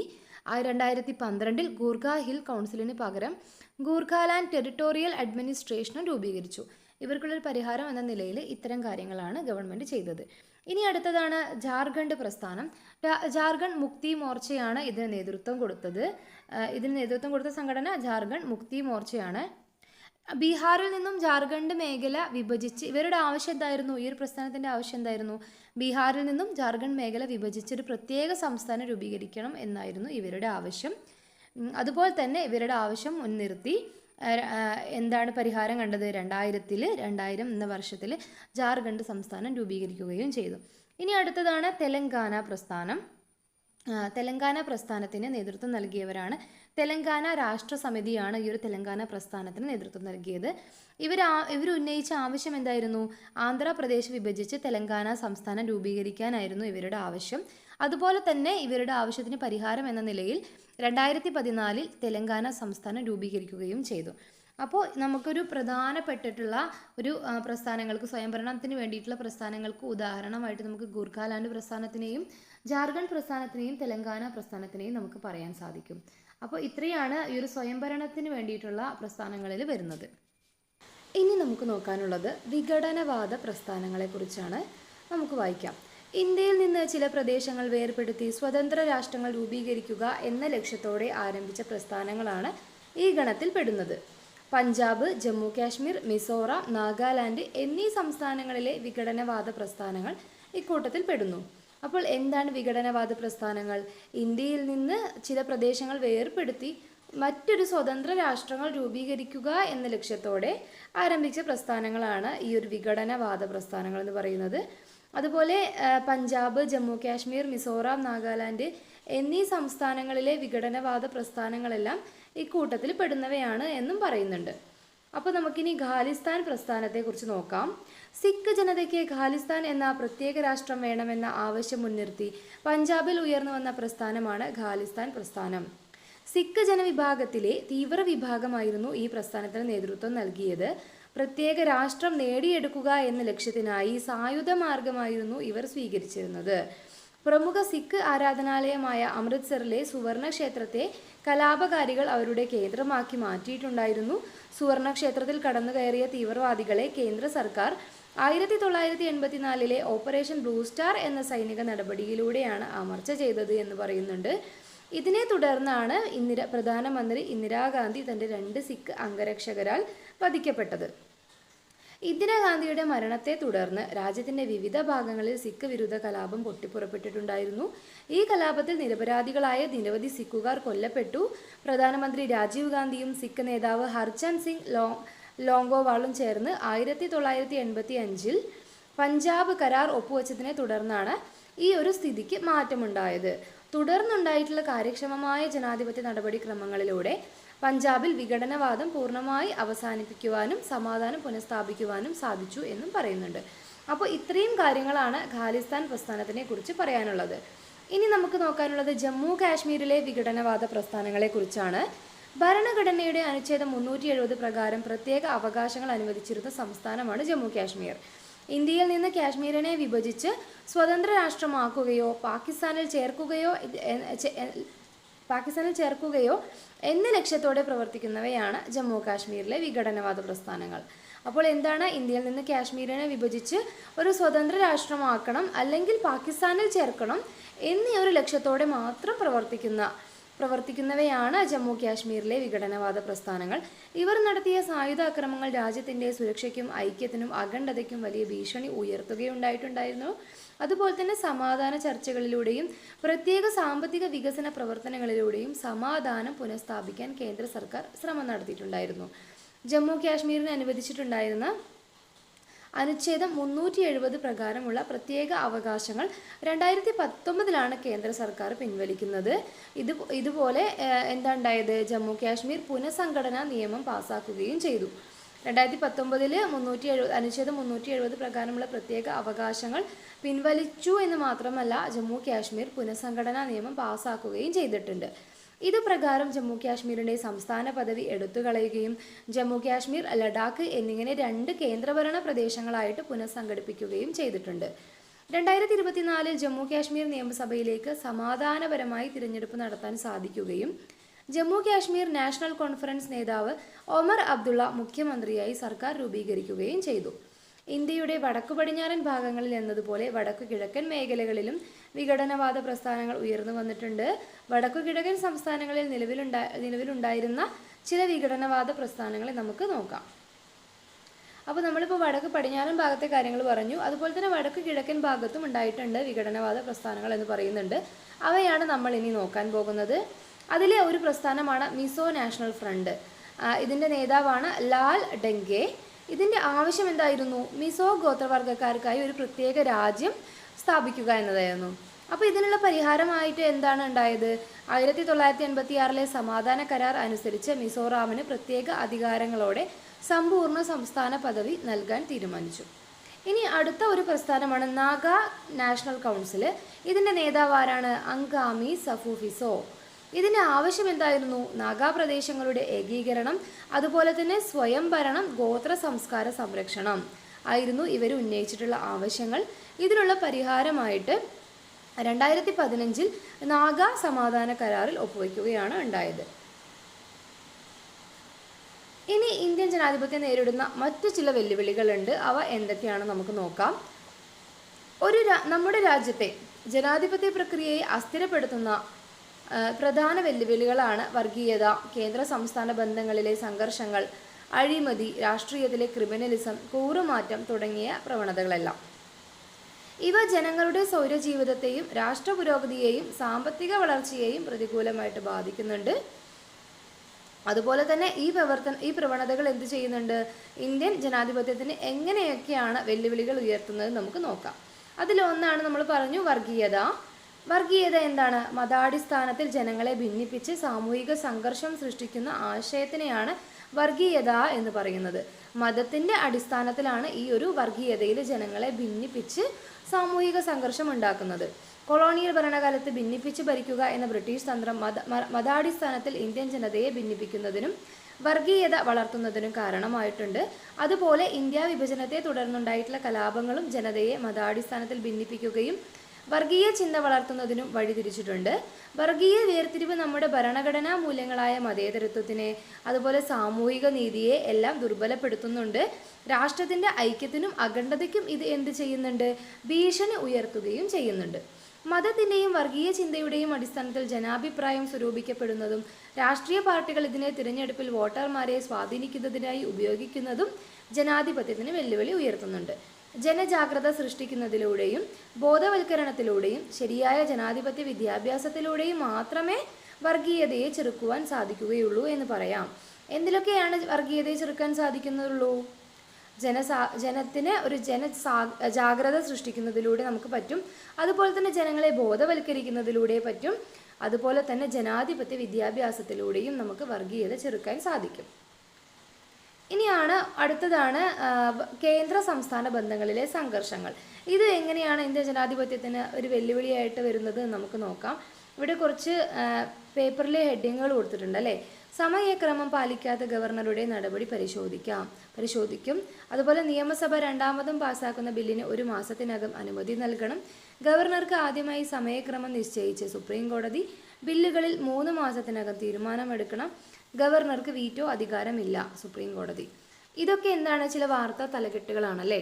അധികാര പരിധി ലംഘിക്കുന്ന ഗവർണർമാർക്കെതിരെ ബഹുമാനപ്പെട്ട സുപ്രീം കോടതിയുടെ നിരീക്ഷണങ്ങളാണ് ഇതെല്ലാം എന്ന് നമുക്ക് മനസ്സിലായിട്ടുണ്ട്. കേന്ദ്ര സംസ്ഥാന ബന്ധങ്ങളിലെ സംഘർഷങ്ങൾ ഇന്ത്യൻ ജനാധിപത്യം നേരിടുന്ന മറ്റൊരു പ്രധാന വെല്ലുവിളിയാണ്. ഭരണഘടന അധികാരം കേന്ദ്രത്തിനും സംസ്ഥാനങ്ങൾക്കുമായിട്ട് വിഭജിച്ച് നൽകിയിട്ടുണ്ടെങ്കിലും കൂടുതൽ അധികാരം കേന്ദ്രത്തിലാണ്. ചില കാര്യങ്ങളിൽ കേന്ദ്ര സർക്കാരിൻ്റെ മേൽക്കൈ അത് ഉറപ്പാക്കുകയും ചെയ്തിട്ടുണ്ട്. മറുവശത്ത് സംസ്ഥാനങ്ങൾക്ക് നൽകിയിരിക്കുന്ന അധികാരങ്ങൾ സ്വതന്ത്രമായി വിനിയോഗിക്കാനുള്ള അവകാശം അവയ്ക്ക് ഭരണഘടന നൽകുന്നുണ്ട്. എന്നാൽ പലപ്പോഴും മാറി വരുന്ന കേന്ദ്ര സർക്കാർ നേരിട്ടും ഗവർണർമാർ മുഖേനയും സംസ്ഥാനങ്ങളുടെ ഈ ഒരു അവകാശങ്ങളിൽ ഇടപെടുന്നുണ്ട്. കേന്ദ്ര ആവിഷ്കൃത പദ്ധതികളിലും വിഭവങ്ങളുടെ വിതരണത്തിലും രാഷ്ട്രീയം കലരുന്നതും നമുക്ക് കാണാനാകും. ഇത്തരം നീക്കങ്ങളാണ് കേന്ദ്ര സംസ്ഥാന ബന്ധങ്ങളെ പ്രധാനമായും കലുഷിതമാക്കുന്നത്. കേന്ദ്രവും സംസ്ഥാനങ്ങളും തമ്മിലുണ്ടാകുന്ന നിയമപരമായ തർക്കങ്ങൾക്ക് തീർപ്പ് കൽപ്പിക്കാൻ ജുഡീഷ്യറിക്കാണ് അധികാരം. ഇനി കേന്ദ്ര സംസ്ഥാന ബന്ധങ്ങൾ നോക്കാം. ഭരണഘടന വാസ്തവത്തിൽ ഒരു ചട്ടക്കൂട് അഥവാ അസ്ഥിപഞ്ജനം മാത്രമാണ്. അതിന് മാംസവും രക്തവും പ്രദാനം ചെയ്യുന്നത് യഥാർത്ഥ രാഷ്ട്രീയ പ്രക്രിയകളാണ്.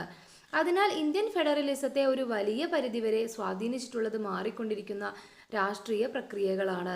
ഭരണഘടന നിലവിൽ വന്ന നാൾ മുതൽ തന്നെ കേന്ദ്ര സംസ്ഥാന ബന്ധങ്ങൾ നിലനിർത്തുന്നതിൽ ഗവർണർമാരുടെ പങ്ക് വളരെ നിർണായകമാണ് എന്ന് പറയുന്നുണ്ട്. നമുക്കിനി ഗവർണർമാരുടെ പങ്ക് എന്താണെന്ന് നോക്കാം. Role of governor. ഗവർണർമാരുടെ പങ്ക് എല്ലാ കാലത്തും സംസ്ഥാനങ്ങളും കേന്ദ്ര ഗവൺമെൻറ്റും തമ്മിലുള്ള ഒരു വിവാദ വിഷയമാണ്. നമുക്കറിയാം അല്ലേ, റീസെൻ്റ് ആയിട്ട് നടന്നിട്ടുള്ള കാര്യങ്ങളെല്ലാം. ഗവർണർ എന്നത് തിരഞ്ഞെടുക്കപ്പെട്ട ഒരു ഔദ്യോഗിക സ്ഥാനമല്ല.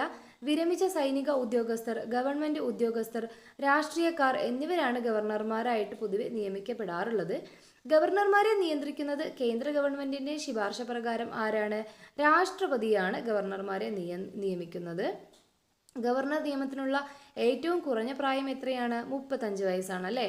കേന്ദ്രത്തിലും സംസ്ഥാനങ്ങളിലും വ്യത്യസ്ത രാഷ്ട്രീയ കക്ഷികൾ ഭരിക്കുന്ന സാഹചര്യങ്ങളിൽ ഗവർണർമാരുടെ പങ്ക് കൂടുതൽ വിവാദങ്ങൾക്ക് കാരണമാകാറുണ്ട്. ഇക്കാരണത്താൽ ഗവർണർമാരുടെ പ്രവർത്തനങ്ങൾ സംസ്ഥാന ഗവൺമെന്റിന്റെ പ്രവർത്തനങ്ങളിലുള്ള കേന്ദ്ര ഗവൺമെന്റിന്റെ ഇടപെടലായിട്ട് പലപ്പോഴും വ്യാഖ്യാനിക്കപ്പെടാറുമുണ്ട്. കേന്ദ്ര സംസ്ഥാന ബന്ധങ്ങളെക്കുറിച്ച് പഠിക്കാൻ 1983 കേന്ദ്ര ഗവൺമെന്റ് നിയമിച്ച സർക്കാരിയ കമ്മീഷൻ സജീവ രാഷ്ട്രീയക്കാരെ ഗവർണറായി നിയമിക്കരുതെന്ന് ശുപാർശ ചെയ്തിട്ടുണ്ട്.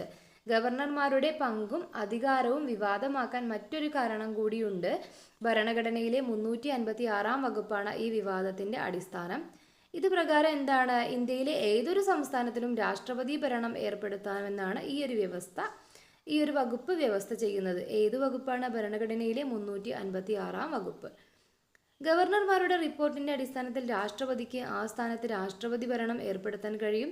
എന്നാൽ ഭരണഘടനയിലെ വ്യവസ്ഥകൾക്ക് അനുസൃതമായി ഭരണം നടത്തിക്കൊണ്ടുപോകുന്നതിൽ സംസ്ഥാന ഗവൺമെന്റ് പരാജയപ്പെടുന്ന സാഹചര്യങ്ങളിൽ മാത്രമാണ് ഈ ഒരു വകുപ്പ് ഉപയോഗിക്കാൻ പാടുള്ളൂ എന്നാണ് ഭരണഘടന പറയുന്നത്. അപ്പോൾ ഏതാണ് ഈ വകുപ്പ് എന്ന് ഓർത്തു വെക്കുക. ഭരണഘടനയിലെ 356 വകുപ്പ് പ്രകാരമാണ് രാഷ്ട്രപതി ഭരണം ഏർപ്പെടുത്താനുള്ള അധികാരമുള്ളത്. ഗവർണർമാരുടെ ഈ അധികാരം അനേകം സംഘർഷങ്ങൾക്ക് വഴിവെച്ചിട്ടുണ്ട്. നിയമസഭയിൽ വ്യക്തമായ ഭൂരിപക്ഷമുള്ള സംസ്ഥാന ഗവൺമെന്റുകളെ പോലും രാഷ്ട്രപതി പിരിച്ചുവിട്ട സന്ദർഭങ്ങൾ ഉണ്ടായിട്ടുണ്ട് എന്ന് പറയുന്നുണ്ട്. അതുപോലെ 1959 കേരള ഗവൺമെന്റിനെ പിരിച്ചുവിട്ട നമുക്കറിയാം അല്ലേ. അപ്പോൾ ഈ ഒരു കേരള ഗവൺമെന്റിനെ ഈ ഒരു സാഹചര്യത്തിലാണ് പിരിച്ചുവിട്ട് രാഷ്ട്രപതി ഭരണം വരുന്നത്. അപ്പോൾ നമുക്കിവിടെ ഒരു ബോക്സ് നമ്മൾ വായിക്കാൻ വിട്ടിട്ടുണ്ട്. എന്താണത്? സർക്കാരിയ കമ്മീഷൻ നമ്മൾ പറഞ്ഞു അല്ലേ. എന്താണ് സർക്കാരിയ കമ്മീഷൻ നോക്കാം. കേന്ദ്ര സംസ്ഥാന ബന്ധങ്ങളെക്കുറിച്ച് പഠിച്ച റിപ്പോർട്ട് സമർപ്പിക്കാൻ കേന്ദ്ര ഗവൺമെന്റ് നിയമിച്ച കമ്മീഷനാണ് സർക്കാരിയ കമ്മീഷൻ. 1983 ഈ ഒരു കമ്മീഷൻ നിയമിക്കപ്പെട്ടത്. ഇതിന്റെ ചെയർമാൻ ആരാണ്? സുപ്രീം കോടതിയിൽ നിന്നും വിരമിച്ച ജസ്റ്റിസ് RS സർക്കാരിയ ആണ് ഇതിന്റെ ചെയർമാൻ. 1988 കമ്മീഷൻ റിപ്പോർട്ട് സമർപ്പിച്ചു. കേന്ദ്രത്തിന്റെ അധികാരങ്ങൾ കാലം ചെല്ലുന്തോറും വർദ്ധിച്ചു വരുന്നതായി കമ്മീഷൻ ചൂണ്ടിക്കാട്ടിയിട്ടുണ്ട്. കേന്ദ്ര സംസ്ഥാന ബന്ധങ്ങളിലെ ഉരസലുകളും സംഘർഷങ്ങളും ഒഴിവാക്കാൻ ഭരണഘടനാപരവും രാഷ്ട്രീയവുമായ മാറ്റങ്ങൾ ആവശ്യമാണെന്നാണ് ഈ ഒരു കമ്മീഷൻ കണ്ടെത്തിയിട്ടുള്ളത്. സർക്കാരിയ കമ്മീഷന്റെ റിപ്പോർട്ട് പരക്കെ സ്വാഗതം ചെയ്യപ്പെട്ടുവെങ്കിലും അവ പൂർണ്ണമായും നടപ്പിലാക്കിയിട്ടില്ല എന്നാണ് പറയുന്നത്. ഇനി ഇവിടെ ഒരു ബോക്സിൽ നമ്മൾ 386 വകുപ്പ് പ്രകാരം രാഷ്ട്രപതി ഭരണം കൊണ്ടുവന്നെന്ന് പറയുന്നല്ലേ. അപ്പോൾ എന്താണിത് നോക്കാം. 386 വകുപ്പ് സംസ്ഥാനങ്ങളിലെ ജനാധിപത്യപരമായി തിരഞ്ഞെടുക്കപ്പെട്ട സർക്കാരുകളെ പിരിച്ചുവിടുവാനോ സംസ്ഥാന ഭരണം ഏറ്റെടുക്കുവാനോ അനുച്ഛേദം 386 രാഷ്ട്രപതിക്ക് അധികാരം നൽകുന്നു. ഗവർണർ രാഷ്ട്രപതിക്ക് സമർപ്പിക്കുന്ന റിപ്പോർട്ടിന്റെ അടിസ്ഥാനത്തിലാണ് രാഷ്ട്രപതി ഭരണം ഏർപ്പെടുത്തുന്നത്. ഇന്ത്യൻ ഭരണഘടന നിലവിൽ വന്നതിനു ശേഷം ആദ്യമായി ഈ വകുപ്പ് ഉപയോഗിച്ചത് 1951 പഞ്ചാബ് സർക്കാരിനെ പിരിച്ചുവിട്ടുകൊണ്ടാണ്. 1969 പൊതു തിരഞ്ഞെടുപ്പിന് മുൻപ് വരെ 386 വകുപ്പ് അപൂർവമായി മാത്രമേ പ്രയോഗിച്ചിട്ടുള്ളൂ. എന്നാൽ 1967 ശേഷമാണ് ഇത് വ്യാപകമായി പ്രയോഗിക്കപ്പെടുന്നത്. ഇനി അടുത്തത് പറയുന്നത് ഗവർണറുടെ അധികാരങ്ങളും ചുമതലകളുമാണ്. കേന്ദ്രത്തിലേതുപോലെ സംസ്ഥാനങ്ങളിലും പാർലമെന്ററി വ്യവസ്ഥയാണുള്ളത്. ഭരണഘടന വിഭാവനം ചെയ്യുന്നത് എന്താണ്? പാർലമെന്ററി വ്യവസ്ഥയാണ്. അതുകൊണ്ട് സംസ്ഥാനത്തിന്റെ നാമമാത്ര തലവനാണ് ഗവർണർ. യഥാർത്ഥ കാര്യനിർവഹണ അധികാരം നിക്ഷിപ്തമായിരിക്കുന്നത് ആരിലാണ്? മുഖ്യമന്ത്രി തലവനായിട്ടുള്ള മന്ത്രിസഭയിൽ തന്നെയാണ് അല്ലേ. ആയതിനാൽ ഗവർണർ അധികാരങ്ങൾ നിർവഹിക്കേണ്ടത് മന്ത്രിസഭയുടെ ഉപദേശപ്രകാരമായിരിക്കണം. ഗവർണറുടെ പ്രധാന അധികാരങ്ങളും ചുമതലകളും എന്തൊക്കെയാണെന്നാണ് ചുവടെ കൊടുത്തിട്ടുള്ളത്. നമുക്ക് നോക്കാം. നിയമനിർമ്മാണ അധികാരങ്ങൾ ലെജിസ്ലേറ്റീവ് പവേഴ്സ് എന്തൊക്കെയാണ് ഗവർണറുടെ? നിയമസഭ വിളിച്ചു ചേർക്കുക, സഭാ സമ്മേളനങ്ങൾ അവസാനിപ്പിക്കുന്നതായി പ്രഖ്യാപിക്കുക, സഭ പിരിച്ചുവിടുക. അതുപോലെ സഭയെ അഭിസംബോധന ചെയ്യുക, സഭ പാസാക്കിയ ബില്ലുകൾക്ക് അംഗീകാരം നൽകുക, ഓർഡിനൻസുകൾ പുറപ്പെടുവിക്കുക, ബജറ്റും ധനബില്ലും സഭയിൽ അവതരിപ്പിക്കുന്നതിനു വേണ്ട മുൻകൂർ അനുമതി നൽകുക, കാര്യനിർവഹണ അധികാരങ്ങളാണ് അടുത്തത് നോക്കാനുള്ളത്. എക്സിക്യൂട്ടീവ് പവേഴ്സ് എന്തൊക്കെയാണെന്ന് നോക്കാം.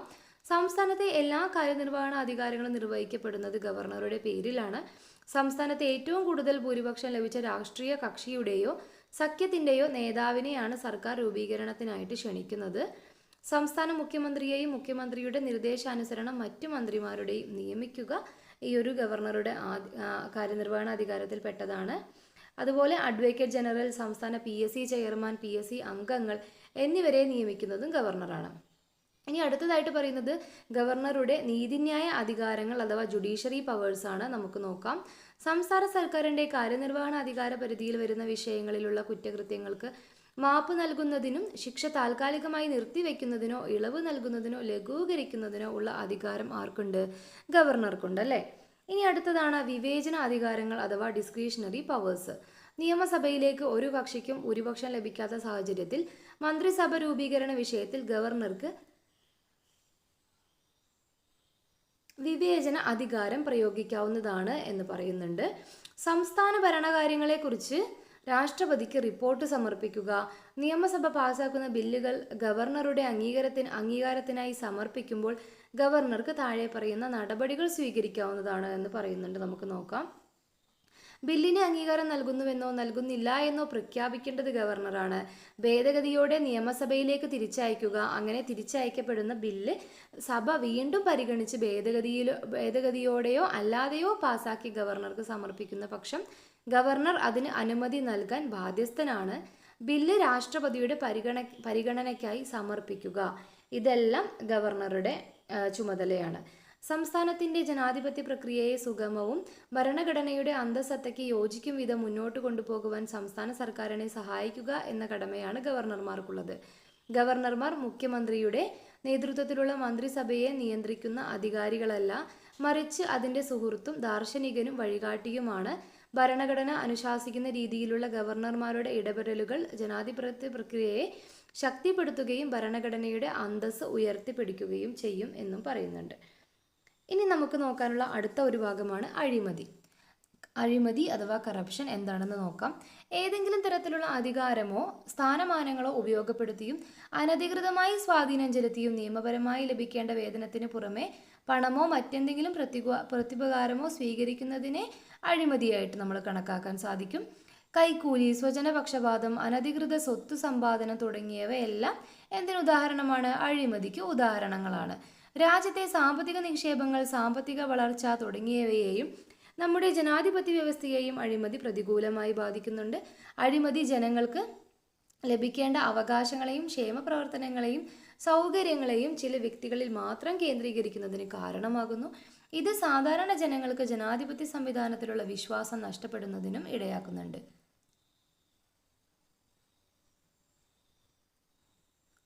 അഴിമതിക്കെതിരെ ജനജാഗ്രത വളർത്തിയെടുക്കുക, ശക്തമായ നിയമ സംവിധാനം രൂപീകരിക്കുക, അഴിമതി അന്വേഷണ സംവിധാനങ്ങളെ രാഷ്ട്രീയ സ്വാധീനത്തിൽ നിന്ന് സ്വതന്ത്രമാക്കുക, രാഷ്ട്രീയ പാർട്ടികളുടെ സാമ്പത്തിക സ്രോതസ്സുകൾ സുതാര്യമാക്കുക, ഭരണരംഗം സുതാര്യമാക്കുക, ജനങ്ങളിൽ അഴിമതിക്കെതിരെ ബോധവൽക്കരണം നടത്തുക, ഇതെല്ലാം അഴിമതി തടയുന്നതിനുള്ള മാർഗങ്ങളായിട്ട് പറയുന്നവയാണ്. ഇനി നമുക്ക് നോക്കാനുള്ളത് അടുത്തത് ഇലക്ടറൽ ബോണ്ടാണ്. എന്താണ് ഇലക്ടറൽ ബോണ്ട്?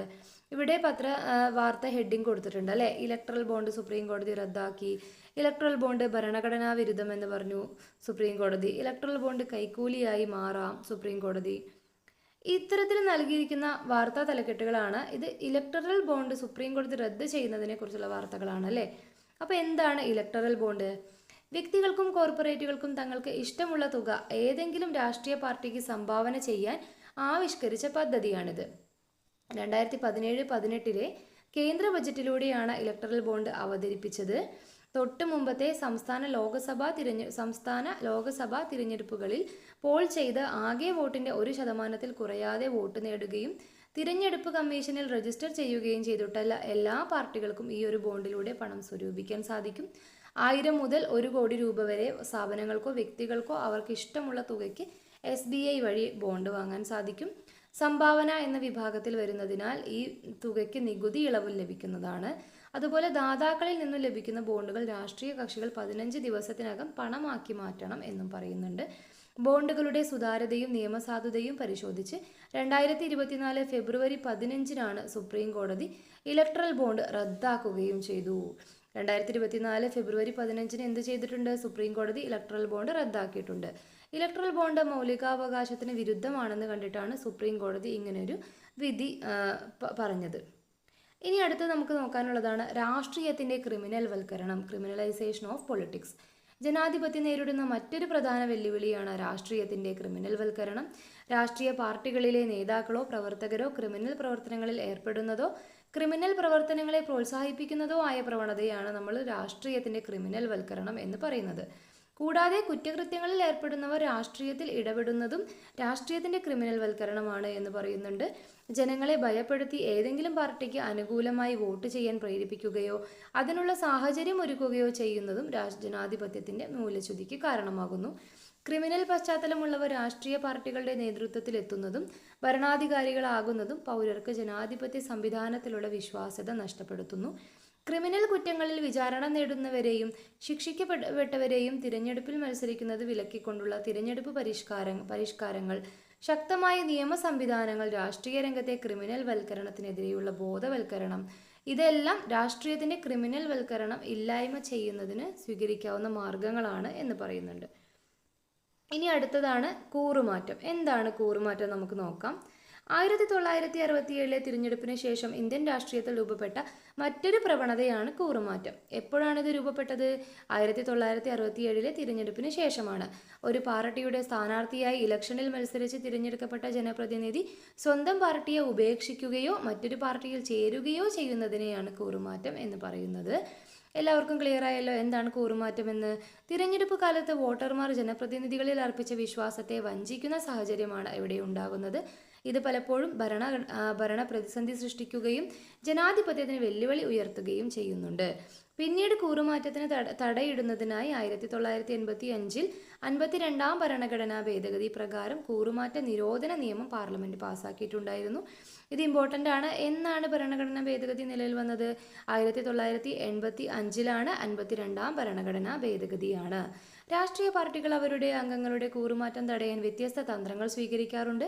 ഒരു പാർട്ടിയുടെ വിശ്വസ്ത അംഗത്തിൻ്റെ നേതൃത്വത്തിൽ ഒരു പ്രത്യേക വേദിയിൽ അംഗങ്ങൾ ഒത്തുകൂടി മറ്റു രാഷ്ട്രീയ പാർട്ടികളുടെ സ്വാധീനം തടയുവാനുള്ള പദ്ധതി ആസൂത്രണം ചെയ്യുന്നു. ഈ പ്രക്രിയ റിസോർട്ട് രാഷ്ട്രീയമെന്നും വിശേഷിപ്പിക്കാറുണ്ട്. 1982 ഹരിയാനയിലാണ് ഇതിൻ്റെ ചരിത്രം ആരംഭിക്കുന്നത്.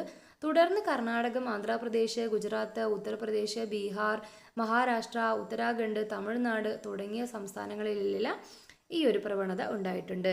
എവിടെയാണ് ആരംഭിക്കുന്നത് എന്നാണ് പറഞ്ഞത്? 1982 ഹരിയാനയിലാണ് ഈ ഒരു ചരിത്രം ആരംഭിക്കുന്നത്. സ്വാതന്ത്ര്യാനന്തരം രാജ്യം നേരിട്ട നിരവധി പ്രതിസന്ധികളെ ജനാധിപത്യ മാർഗത്തിലൂടെ അതിജീവിക്കാൻ നമുക്ക് സാധിച്ചിട്ടുണ്ട്. ഇത് നമ്മുടെ ജനാധിപത്യത്തിൻ്റെ അതിജീവന ശേഷിയെ പ്രകടമാക്കുന്നു. കാലഘട്ടത്തിനനുസരിച്ചുള്ള മാറ്റങ്ങളെ ഉൾക്കൊള്ളാൻ കഴിയുന്ന ഒരു സജീവ ഭരണഘടനയാണ് നമുക്കുള്ളത്. ഭരണഘടനാ മൂല്യങ്ങളോടുള്ള ആദരവും വിധേയത്വവുമാണ് നമ്മുടെ ജനാധിപത്യത്തെ അർത്ഥസമ്പുഷ്ടമാക്കുന്നത്. അപ്പോൾ നമ്മൾ ഈ ഒരു അധ്യായത്തിൽ എന്തൊക്കെയാണ് കണ്ടത്? ജനാധിപത്യത്തെക്കുറിച്ചും ജനാധിപത്യത്തെ സ്വാധീനിക്കുന്ന വിവിധ ഘടകങ്ങളെക്കുറിച്ചും എന്തെല്ലാം വെല്ലുവിളികളാണ് ഇന്ത്യയിൽ ജനാധിപത്യം നേരിടുന്നത് എന്നുമുള്ള കാര്യങ്ങളെക്കുറിച്ചൊക്കെയാണ് അല്ലേ ഈ ഒരു അധ്യായത്തിൽ നമ്മൾ ചർച്ച ചെയ്തത്. അപ്പോൾ ഇത്രയും കാര്യങ്ങളാണ് ഈ ഒരു ഭാഗത്തിൽ പറയാനുള്ളത്. എല്ലാവർക്കും ക്ലാസ് ഇഷ്ടമായി എന്ന് വിചാരിക്കുന്നു. അടുത്ത ഒരു ക്ലാസ്സുമായിട്ട് എത്രയും പെട്ടെന്ന് തന്നെ വരുന്നതായിരിക്കും. Thank you all.